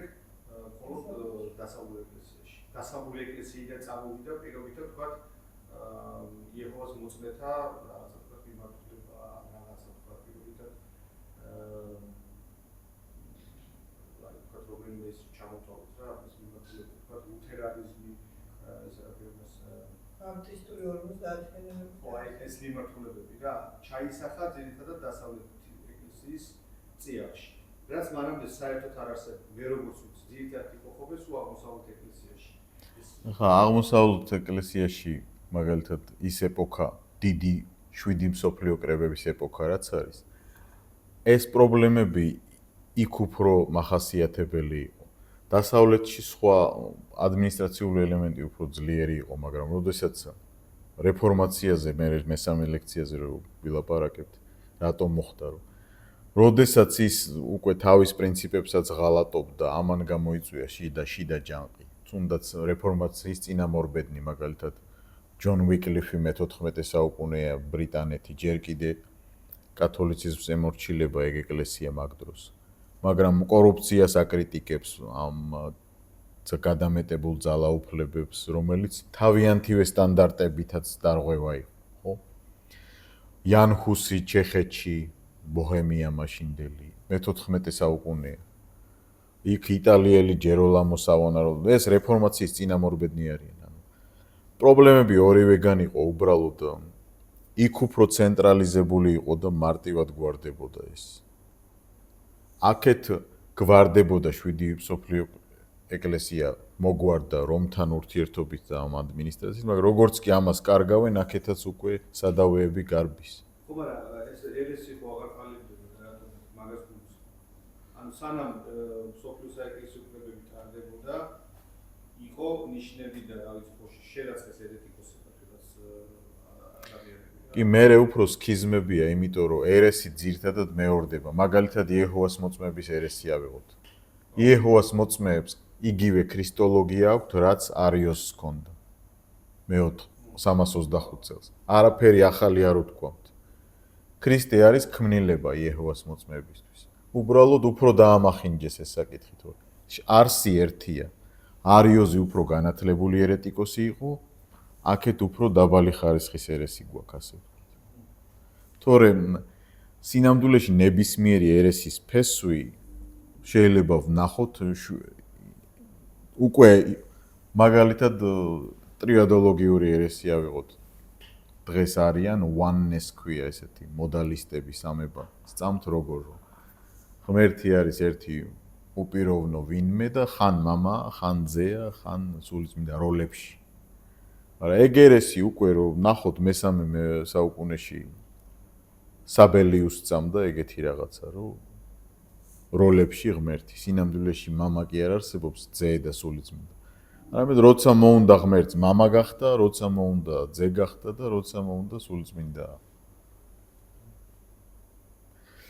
მეორდება ერესი საერთოდ, რომ შევხედოთ. მე მგონია, რომ დასავლეთში ადმინისტრაციული ელემენტი უფრო მოწესრიგებული იყო ყოველთვის, მაგრამ ეს სადავეები ირყევა და თავის კულმინაციას აღწევს მე-16 საუკუნეში და იწვევს შიგნიდან წამოვიდა რეფორმაცია. ვინ იყო მარტინ ლუთერი? იყო ავგუსტინიანელი კათოლიკე ბერი იყო. და საერთოდ არ ქონდა მიზნად რომ გარეთ გასულიყო, მაგრამ იმ დონეზე წავიდა დაპირისპირება რომ მე განკვეთეს. ჰერეტიკოსაც შეერაცხეს. ლეგენდა ყოფილა როგორც გავიგეს, არაფერი უჩენდებია იქ კანონზე ლეგენდა. ხო, მაგასაც არ აქვს მნიშვნელობა მიაჭედა თუ არა, რეალურად ეგ თეზისები ჰქონდა. ანუ ეს თეზისები გაავრცელა რისი მეშვეობით. გუტენბერგმა 1454 წელს საბეჭდი მანქანა რო აამუშავა, მაგ დროისთვის უკვე წიგნის ბეჭდვა და ამბავი დაძრულია კარგად და ესეც საშუალება იყო და გაავრცელა. იქ მიაჭედა თუ არა ამაზე დაობენ კი ბატონო ეგ. მე მგონია რომ ორივე განისია, მაგრამ აქეთ უფრო ქაოტურად წავიდა მე. რატომ? იმიტომ რომ თვითონ კათოლიციზმშიც არიან ახლა, იქაც არის რაღაც დაყოფა შიგნით, მაგრამ უფრო მეტი დაქსაქსულობა თუ ავიღებთ მართლმადიდებლურ ტრადიციულ სამყაროს ისტორიულს და კათოლიკურს, აქეთ უფრო დახლეჩილობა მეტია ჩემი აზრით. აღმოსავლეთში. არა, აი უცი რას ვამბობ, ხო პალიტდება ეს ჰორმონები, რაღაცა თევზის ჭამის დღის მეშვიდე დღეს რაღაც ეკლესია, რაღაც ისე სამში სასვაფოს რაღაცა გაუგებარი. ეგ შენ ამბობ უკვე მოდერნისტულ რელიგიებს, ნახეთ როგორ კონტექსტში აქეთ ხარეს ეგ რატო პალიტდება, იქნება აღმოსავლეთ ეკლესიის წიაღში. აი ასეთი ტიპის რაღაცა გაუკვეველიც ეგენი რაც შენ დაასახელე იეჰოვას მოწმეები და ეს ყველაფერი დემოკრატიულ კონტექსტში ხდება, სადაც ერეტიკოსი არ ისჯება, ნახე. მონარქიულ კონტექსტში ერესი სიკვდილით ისჯება. თუნდაც დასავლეთში, თუნდაც რომელ შენახ საბერძნეთში რატო ორიჯება სიკვდილით, ხო დემოკრატიული? მე იქაც არიან იეჰოვას მოწმეები. არა, სხვა რამე ვსვამ, საბერძნეთის ეკლესიის წიაღიდან რატო არ მოვიდა, ვთქვათ აი ეგეთი ჰორმონი ან რაღაცა თვითონ შიგნიდან? შიგნიდან, ხო, ეს ხო პრინციპში საბოლოო ჯამში პროტესტანტიზმიდან კიდე გამოსული ის არის რა. კი. მიმართულებებია. რაღაც აი უცნაური სექტები ხო არის ისი და რაღაც უცნაური გეტყვი მიზეზს ახლა რა. იყო და ის რო მაგალითად იმიტომ რომ მართლმადიდებლურ დოქტრინაში არის ესეთი რამ შენ რომ წპირადი აზრი გქონდეს გარკვეულ ტექსტებზე და ინტერპრეტაცია, ამის მოძღვრებით ხარისხში აყვანა არ შეგიძლია. ეს მხოლოდ ეკლესიის კრებას შეუძლია. ხო, ეს ცნობიერება მოქმედებს მექანიზმი. პროტესტანტიზმში, ასე ვთქვათ, ინდივიდუალიზმს უფრო მეტი გასაქანი ჰქონდა. თვითონ ლუთერის სიცოცხლეშივე გაჩნდა რადიკალური რეფორმაცია. გვერდითი მოვლენა პროტესტანტიზმსაც აქვს თავისი. თავისუფლების არსებობა ალბათ უფრო. ძალიან საინტერესო თემა. ჩემი აზრით. ბოლომდე ამას უფრო მეცნიერ შესწავლა უნდა. თუმცა ნიშნები არის ახლა მაგალითად საქართველოში, რომ შეიძლება ეს სექტის ამბავი გამოიყოს რამდენიმე მიმართულებით. დავასახელებ რაღაცებს რა. ნიშნები აქვს რამდენიმე ჩანასახები თვალსაზრისით არსებობს. ანუ სექტა ხო იმას გულისხმობს, რომ რადიკალურად რაღაცა სხვა და ეგ იქნება მე მგონი მაგაში პირველები იქნებით სამხარებში რომ მარტო ეხა რუსეთშიც ხო იყო განხეთქილები. რუსეთში იყო ერთადერთი მართალია ხო რაღაცა თან ეხა ერთ სოფელია ოკუნოვო, სადაც სამი ქრისტიანი არის. იყვნენ დუხაბორები იყვნენ. ეხლა ხანს ის იყო ილარიონის კულტი რო იყო. ქრისტევარო და უკანასკნელი კარგი გამახსენე ხო. ესე არ არის მარტივად აქეთაც საქმე. მაგრამ მე ვამბობ ეხლა ესე ფაქტი გავცელე ჰორმონები ხო ეხლა ამერიკაშიც არიან და აქეთ თბილისშიც დაზიანდა. ის მაინც უფრო ლოკალური ამბავი არის. ის ოკუნოველი ქრისტე იმ სოფელში არის და მე იმის კარგად. აი ხა მიუხედავად იმისა, რომ ლუთერმა თქვა sola scriptura ხო, მხოლოდ წმინდა წერილი, განმარტების უფლება ჰქონდა მაგისტერიუმს, ანუ ვინც არჩეული იყო კომპეტენციაში, რომ ემსჯელა ეგრე ყველას ვინც კითხულობდა განმარტების უფლება არ ქონდა კლასიკურ რეფორმაციაშიც. ანუ სამოძღვრო ავტორიტეტი კლასიკურ პროტესტანტიზმსაც აქვს, ოღონდ მათთვის ეს მათი არჩეული კონსისტორია, აქეთ კრებების ავტორიტეტია მართლმადიდებლობაში და კათოლიციზმში პაპი არის გარანტი სწორი სწავლების.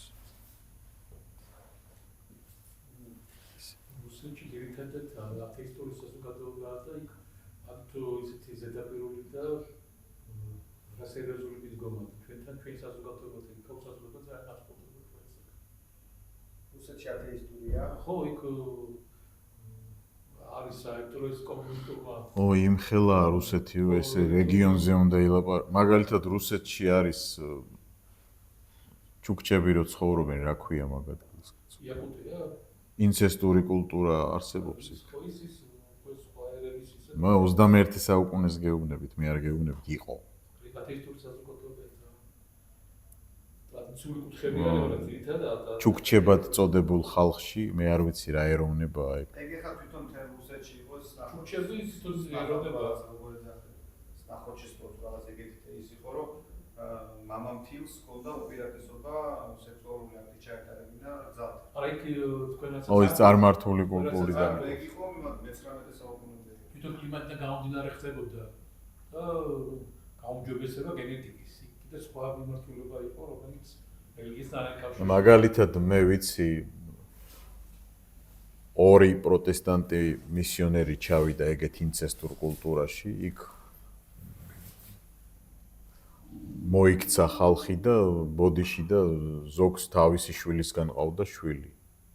აი ესეთი რეალობის წინაშე დადგნენ და მაგრამ ინანეს ის ხო ის ცხოვრების წესი და აი ეგეთი მომენტებიც რთული მომენტები ყველა კულტურაში არის ნეიტრალური რამ არის რაც ქრისტიანულ ღირებულებებთან მიმართებით ვიძახი. ნეიტრალური რამ არის რაც წინააღმდეგობაში მოდის და არის რაც თანხმდება ქრისტიანობას. რელიგიასთან ამის დაკავშირება სერიოზულია. იცი რა სხვა კითხვა არ არის მაშინ კიდე შეიძლება საინტერესო იყოს. იცი რა მაინტერესებს მართლმადიდებლობა ჭალებში იმაში რა ქვია კათოლიციზმში და კათოლიციზმი მართლმადიდებლობაში. აი ამ ლოგიკით რო გითხრა რა, აი რა გულისხმობ, იცი რომ ძალიან ბევრი ეს კანონმდებლობა ჩვენს ვთქვათ მაგალითად მართლმადიდებლური ეკლესიის წევრი რაღაც პროკათოლიკი ეს. არის პროკათოლიკი. კი. და პირიქით. აი ეს როგორ არის ესეთი ფენომენი, ვისაც მარტივად მობეზრდა ასე ვთქვათ პაპის ავტორიტეტი და უფრო კრეფსითობა ინატრება, იქ ასე ვთქვათ უჩნდებათ ესეთი სიმპათიები აქ კრეფსითობისკენ და იხრებიან მართლმადიდებელ კათოლიკეებსაც ნახავთ ამ კუთხით. მათ შორის საგალობლებსაც იყენებდნენ ხო საგალობლებზე საერთოდ პრობლემა არ აქვს. ხატთაყვანისცემაში ერთი და იგივე დოგმატი აქვს ორივეს, არ განსხვავდება. ხატთაყვანისცემის კრებაში დაეთანხმა დასავლეთი. არა, კათოლიკური ხატი მართლმადიდებლური თვალსაზრისით ისეთი არის კანონმდებლობა. ახლა ესენი როგორ ფიქრობენ, არ ვიცი, იმათ პრობლემა არ აქვს. თუმცა არის ხო წინა მაგრამ გამოფენილია უკვე ციტატია. იქ უბრალოდ ხატთაყვანისცემის კულტურა იმდენად არაა, ვიდრე აღმოსავლეთში. იქ სხვა კულტურაა, თორე დოგმატურად ერთი დოგმატია. არიან კი კათოლიკე მართლმადიდებლები მეც ვიცნობს ეგეთებს, ასე ვთქვათ და მესმის მათიც, იმიტომ რომ ვინც ჩახედულია ამ შიდა ქაოსში, მობეზრდა ეს ქაოსში და მოწესრიგება უნდა. მომწესრიგებელის სურვილი აქვს და იმიტომ აქვს ეს. უფრო მოწესრიგებულია კათოლიციზმი, უფრო ადმინისტრირებულია, უფრო დალაგებულია, ასე ვთქვათ და ეს ნატურა აქეთაც ჩანს. ანუ მე თუ რიგითი მღვდელი ვარ, შეიძლება ხალხს კითხოს, რომ მე ფინანსისტი ვარ პროფესიით, მაგრამ თუ მე რიგითი მღვდელი ვარ და ჩემთვის ეს სამება არის მნიშვნელოვანი, როგორ მომწყინდა ეს და გავხდი დაუბრუნდეთ კათოლიკე, რომ მოვაწესრიგოს სისტემა. სამების დოგმატი ისეთი რამ არის, იქ ეს დოგმატური მხარეა, მაგრამ ძირითადად ზოგისთვის ეგეც არის არგუმენტი, მაგრამ სიმართლეს გეტყვით, რომ ბევრი ვინც თulis, რომ ერესია ფილიოკვე, არც კი იცის რას ნიშნავს ეს. და ბევრი ვინც თulis, რომ აღმოსავლური მოდელი სამების აღქმისა ერესია, არც ეგ იცის რას ნიშნავს. ანუ მრევლს გულისხმობ. ხა ისინი ვინც დეტალებში მუშაობენ, იმათ იციან ძალიან ნატიფი განსხვავებები და ჩემთვის მაგალითად მესმის ის არ ძლიერი არგუმენტაცია დასავლეთის მხარეს და აღმოსავლეთის, მაგრამ სამება ორივეს ისე რო წამდეთ როგორც წამს, ჩემთვის პირადად არ არის პრობლემა. აი თქვენთვის თუ პრობლემაა, მაშინ როგორ დაასაკუთებდით? ჩემთვის პრობლემა არ არის, არ ვიცი, ანუ არა, პრობლემა არ არის ვერც. მე არ ვიცი. არ ვარ სპეციალისტი, არ ვიცი და ეხლა მოყვარულის დონეზე გისმენთ, რომ სწორად მაგავიკო. მე ისიც არ ვიცი, რატო დაიბადა 25 დეკემბერს ან 7 იანვარს, მე ეს კალენდარი ვიცი, მაგრამ რატო დაიბადა ყველა 25 დეკემბერს, ყველა ესე ვთქვათ ის ბერძნული მითოლოგიიდან გეოდან დაწყებული ყველა 25 დეკემბერს რატო დაიბადა. რატო იყო ამის ზესთან სწორება და რა ვიცი, ბევრი კითხვები. არა, მან მარტივად არის. გეტყვით, რატო არის 25 დეკემბერი?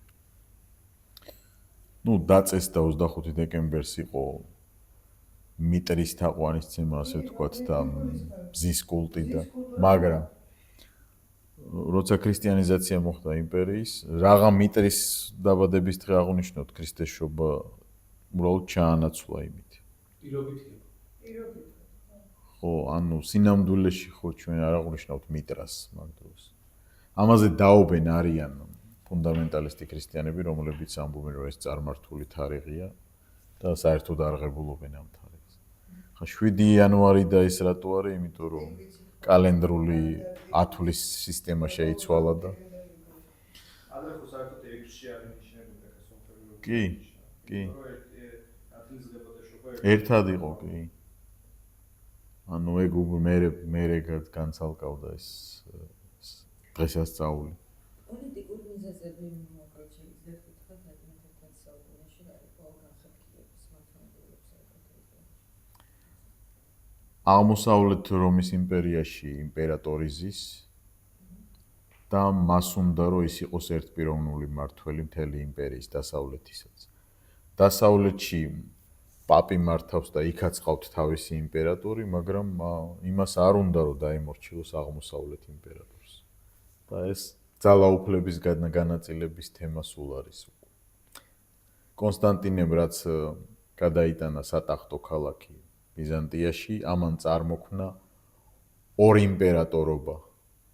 მაგრამ დასავლეთში იმპერატორი ძირითადად ემორჩილება რომის პაპს და რომის პაპს უნდა რომ თავისი დამორჩილების ქვეშ მოჰყვეს აღმოსავლეთ იმპერატორის, აღმოსავლეთ იმპერატორს პირიქით თვითონ უნდა რომ ყველა ემორჩილებოდეს მას. ეს ყველაზე მარტივი მიზეზი, რაც მე ქვეპუნქტ მიზეზებს იწვევდა და ურთიერთდაპირისპირებას.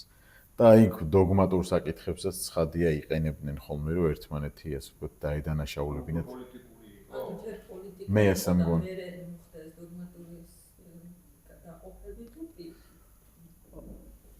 ეს ცალსახად ვერ დავსვათ. ნახეთ როგორი რაღაცა. როცა მწიფდება ძლიერად დაპირისპირება, ეხლა მე ვეუბნები ჩემ პროფესიონალ თეოლოგებს. აბა მოძებნეთ იქ რამე სუსტი წერტილი იმათ დოგმატიკაში. ეს არის. ის იმას ეუბნება და აბა ეხლა შევაჩვენოთ ერთ-ერთი რაღაცში. მანამდე ხო ერთად იყვნენ დოგმატიკაში. ისევ განხეთქილების დასაწყისი მაგარი კურიოზული ამბავი ის. ეპისკოპოსი ჩამოვიდა რომიდან და დაწყევლა პატრიარქი. იქვე რა ესე რა. და იმანაც შუშენის წერდა და იმანაც დაწყევლა და მანამდე დაიწყო ეს ამბავი. რაღაცაზე უთანხმოება მოვიდა. მაგრამ ამას ხო ყველაფერს წინაპირობა აქვს ეს კონფლიქტი გინდათ სამსახურში ან სხვაგან უცებ ერთ დღეში ხო არ ხდება. გროვდება მწიფდება იქ პირადი ურთიერთობებშიც რაღაც ესე ადამიანი. როგორ? აი ხა რა განსხვავებაც არის დოგმატური განსხვავება რაც არის. თუნდაც აი ღვთისმშობლის უბიძობაზეც ხო? თუ როგორც ვთქვით. აი ეს მე-19 საუკუნეში დაადგინეს დოგმატად 1854 წელს. მანამდე ეს აზრები იყო, მაგრამ დოგმატის ხარისხში, ანუ ფორმულირება არ იყო ესეთი. დასავლეთს ჰქონდა ესეთი მიდრეკილებები, გააზრებისა საკითხის. პაპმა უბრალოდ დააგვირგვინა, ხო, მე-19 საუკუნეში, გამოხატა. იქამდე ყველაფერი ერთ დღეში არ ხდება, ყველაფერი ხდება ნელ-ნელა. ლაშა დაშორება მართლმადიდებლობასა და კათოლიციზმის შორის შენი შეფასებით მატულობს თუ არის რესურსი იმის თუ კიდევ გაერთიანდეს ეს ორი ეკლესია? მე მგონია რომ ეხლა უფრო არის ამის საშუალება. ბევრი ფაქტორია, გლობალიზაციაც, პირადი ურთიერთობებიც დათბა რომელიღაც ეპისკოპოსებს შორის მაგალითად, ხო? და ეს ჩასვლა წამოსვლაც უფრო მარტივი ხდება.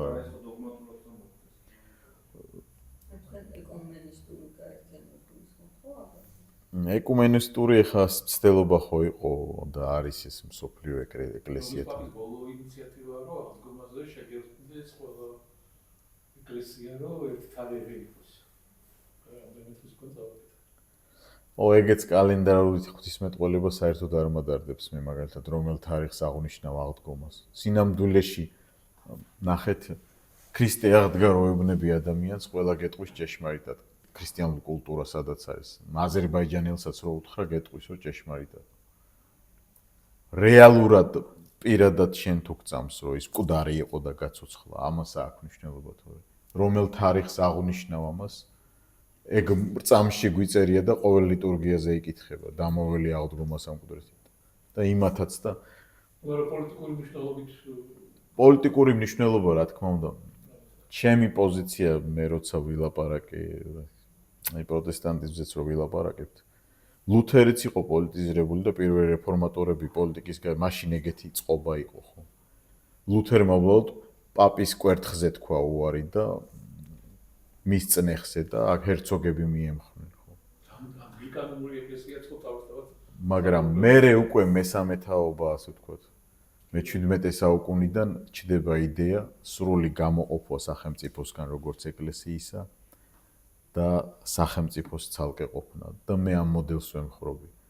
რაც უფრო ნაკლებად არის ეკლესია როგორც ინსტიტუცია პოლიტიზირებული თავის საქმეს უკეთესად აკეთებს. და რაც უფრო ნაკლებადად სახელმწიფო ნიშნავს აქეთ ჩინოვნიკებს ეკლესიაში ბჭყალებში, ეკლესიაც უკეთესად არის. თავის პლუს მინუსებით ჩემი აზრით. ინდივიდები პიროვნულად კი ბატონო, ყველა შეუძლია პოლიტიკა იყოს, მაგრამ მე მგონია რომ ამან დააზარალა ეკლესია. კი მონარქიულ და იმპერიულ ეპოქებში სხვა მოდელი როცა არ იყო ესე იყო, მაგრამ დღეს ხო გვაქვს უკვე არჩევანი 21 საუკუნეში. მე მიმაჩნია, რომ იდეალური არა, მაგრამ დემოკრატიული წყობა მაინც არის საუკეთესო. ისე საინტერესო იქნებოდა მართლმადიდებლობაში შიგნითკენ განსხვავებები, იმიტომ ლეჩხუმში ვიყავი და იქ ბულგარელები იყვნენ ჩამოსული. რაღაც სხვანაირი რაღაც როგორ გითხეთ, უცნაური შეგრძნება იყო, ეს მართლმადიდებლები იყვნენ. მაქსიმე აბსოლუტის საფლავზე მოჩამოვიდნენ მოსალოდს. რა ნუ მოიგარე ეგეთი განსხვავება მან დაეცვა და დაგძალვა. შიდა განსხვავებების მართლმადიდებლურ მე შეახერხა. ეკლესიებში ყوارსებობს რა. კულტურული კი. ახლა სწავლა-მოძღვრებითად როგორ გითხრათ ახლა ესე სინამდვილეში ერთი მწამსია. თუმცა ფიქრობენ რომ ზოგი თეოლოგი ფიქრობს რომ ისეთ საკითხში როგორც ზიარება არის აზრთა სხვაობა. მაგრამ ეგ ისეთი დეტალებია ამაზე საუბარი ფართო მსმენელისთვის ძალიან ის უფრო დოგმატიკოსებს აინტერესებთ და ასე ვთქვათ. სინამდვილეში ვერ მოძებნით ან შეიძლება მოძებნოთ, მაგრამ აი რა განსხვავება აქვს კათოლიკურ დოგმატს ზიარების შესახებ ტრანსსუბსტანციაციას და მართლმადიდებლურ დოგმატს მეტაბოლია არის ტერმინი, ხო? როდესაც მოიხმობა სული წმინდა და როცა იკურთხება პური და ღვინო და ქრისტეს სისხლი და ხორცი როა ორივე აღიარებს. არა ქიმიურად რა თქმა უნდა, მაგრამ მეტაფიზიკურად ხო ასე ვთქვა. სინამდვილეში რაზე დაობენ რო კითხულობ. არაფერში არ განსხვავდება მათი შეხედულება. უბრალოდ მცდელობა უკვე იმისა რომ განასხვაო აი ეს საკითხი კათოლიციზმისგან, იმას რაღაცა სხვა რაღაცა მოყვება ხოლმე ამ მართლმადიდებლ თეოლოგებში. სინამდვილეში ტრანსუბსტანციას ეგ ფორმა მე ვიძახი თვითონ რას როგორ სწამთ რა არის ეს სიმბოლოა თუ ქრისტეს სისხლი და ხორცი ორივე სწამს და აი ამ საკითხშიც დაობენ ბევრი კათოლიკე და მართლმადიდებელი თეოლოგი მაგალითად უფრო მართლმადიდებლები ცდილობენ ხოლმე რომ განსხვავებულად წარმოაჩინონ თავიანთი შეხედულება ზიარებაზე და მე საერთოდ ვერ ხედავ სხვაობას.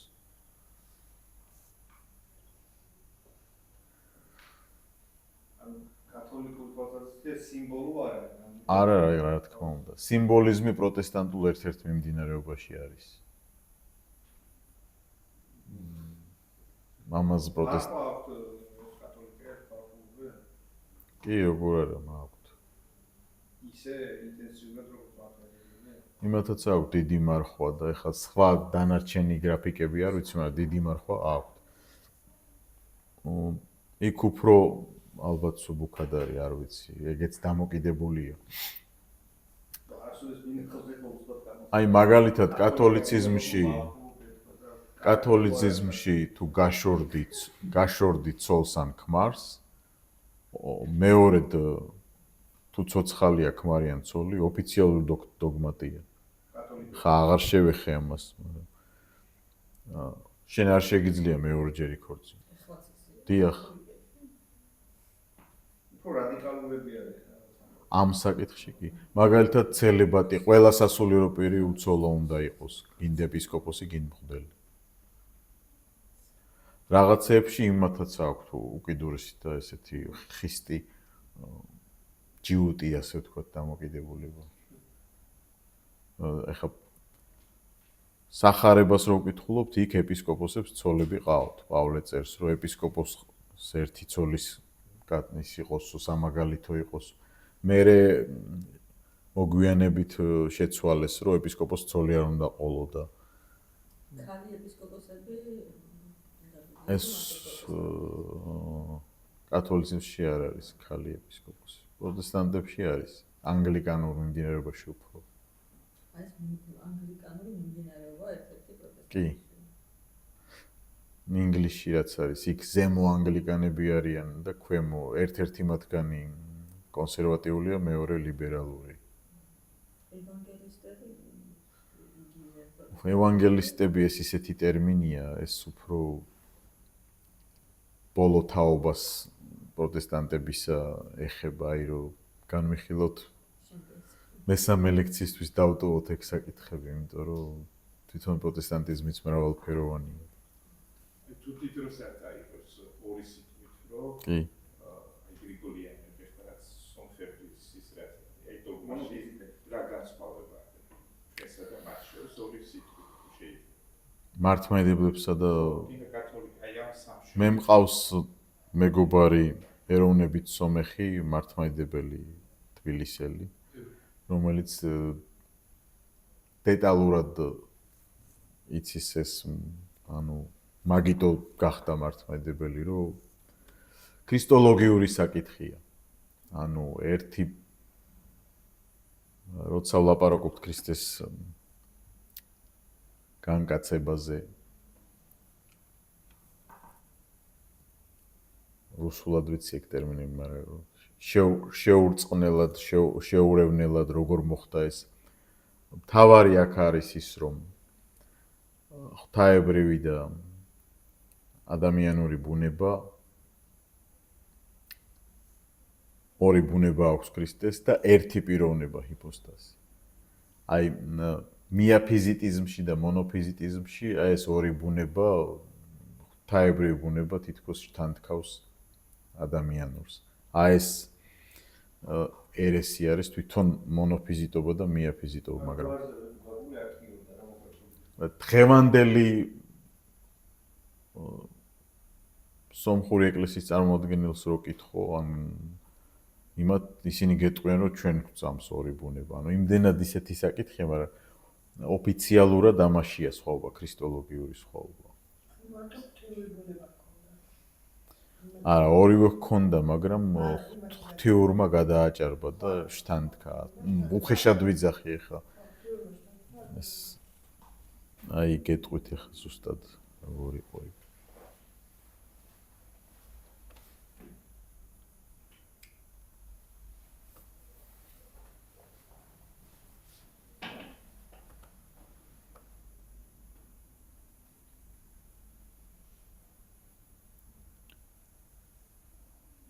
დოგმატური საკითხი საერთოდ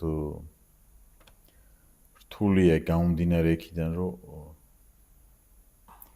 აი როგორ იყო მაგალითად შეურწყმელად, უცვლელად, განუყოფლად, განუყრელად. ასე მოხდა ქრისტეს ჰიპოსტაზში ღვთაებრივი ბუნებისა და ადამიანური ბუნების თანხვედრა. არ შეერწყა ერთმანეთს, არ შეიცვალა, ანუ ადამიანური ბუნება, რა თქმა უნდა, ღვთაებრივმა გაამდიდრა ესეთ ტერმინს. მაგრამ ადამიანური თვისებები დარჩა. განუყოფლად, განუყრელად. პირველი ორი არის მონოფიზიტიზმის და მიაფიზიტიზმის თანმიმართებაში ეს დადგენილება, მეორე ორი განუყოფლად და განუყრელად ნესტორიანობას ეხება. იმიტომ რომ ნესტორიანებს რა გამოსდიოდათ, რომ ორი პიროვნება გამოსდიოდათ, ადამიანური ჰიპოსტაზი და ღვთაებრივი და თითქოს რაღაც ბოდიში ამ სიტყვის ჰიბრიდივით ვინმე გამოვიდა ქრისტეანი. მიაფიზიტებს რა ქონდათ, კი, ერთი ჰიპოსტაზია, მაგრამ ღვთაებრივი ბუნება სჯაბნის მარტივად რო ვთქვათ ადამიანურს და ვეღარ მორჩა. ამიტომ დადგინდა ეს ქრისტოლოგიური დოგმატი ქალკედონის კრებაზე. ასიუნხტოს ბერძნულად შეურწყნელად, ატრეპტოს უცვლელად, ადიარეტოს განუყოფლად, ახორისტოს განუყრელად. ვიცოდი რომ შემეკითხებოდით და იმიტომ მოვინიშნე ეს ადგილი. ნუ ვარაუდობდი რომ ვინმე მკითხავს. მაგრამ დღეს რო კითხოთ, არა ვართო ჩვენო მონოფიზიტები და მიაფიზიტები, არ ვიცი ეს. ზოგი უცხოელი მკვლევარი ფიქრობს, რომ ერთ დროს საქართველოს ეკლესიაშიც იყო სანამ ეს ქალკედონის კრება მოხდებოდა, იყო ეს ასრთა სხვაობა აქაც საქართველოს ეკლესიაშიც. მაგრამ რთული საკითხია ეს იყოფა მაგაზე აზრები, მაგრამ სინამდვილეში დღესდღეობით საქართველოს მართლმადიდებელი ეკლესიას ტრადიციული ქალკედონური დოგმატი სწამს, დიოფიზიტობა. და მიაჩნიათ, რომ სომხურ ეკლესიას, სომხეთის სამოციქულო ეკლესიას სწამს მიაფიზიტობა ან მონოფიზიტობა. ასეთი ტერმინებით არის დახუნძლული სამყარო. მადლობა თქვენ.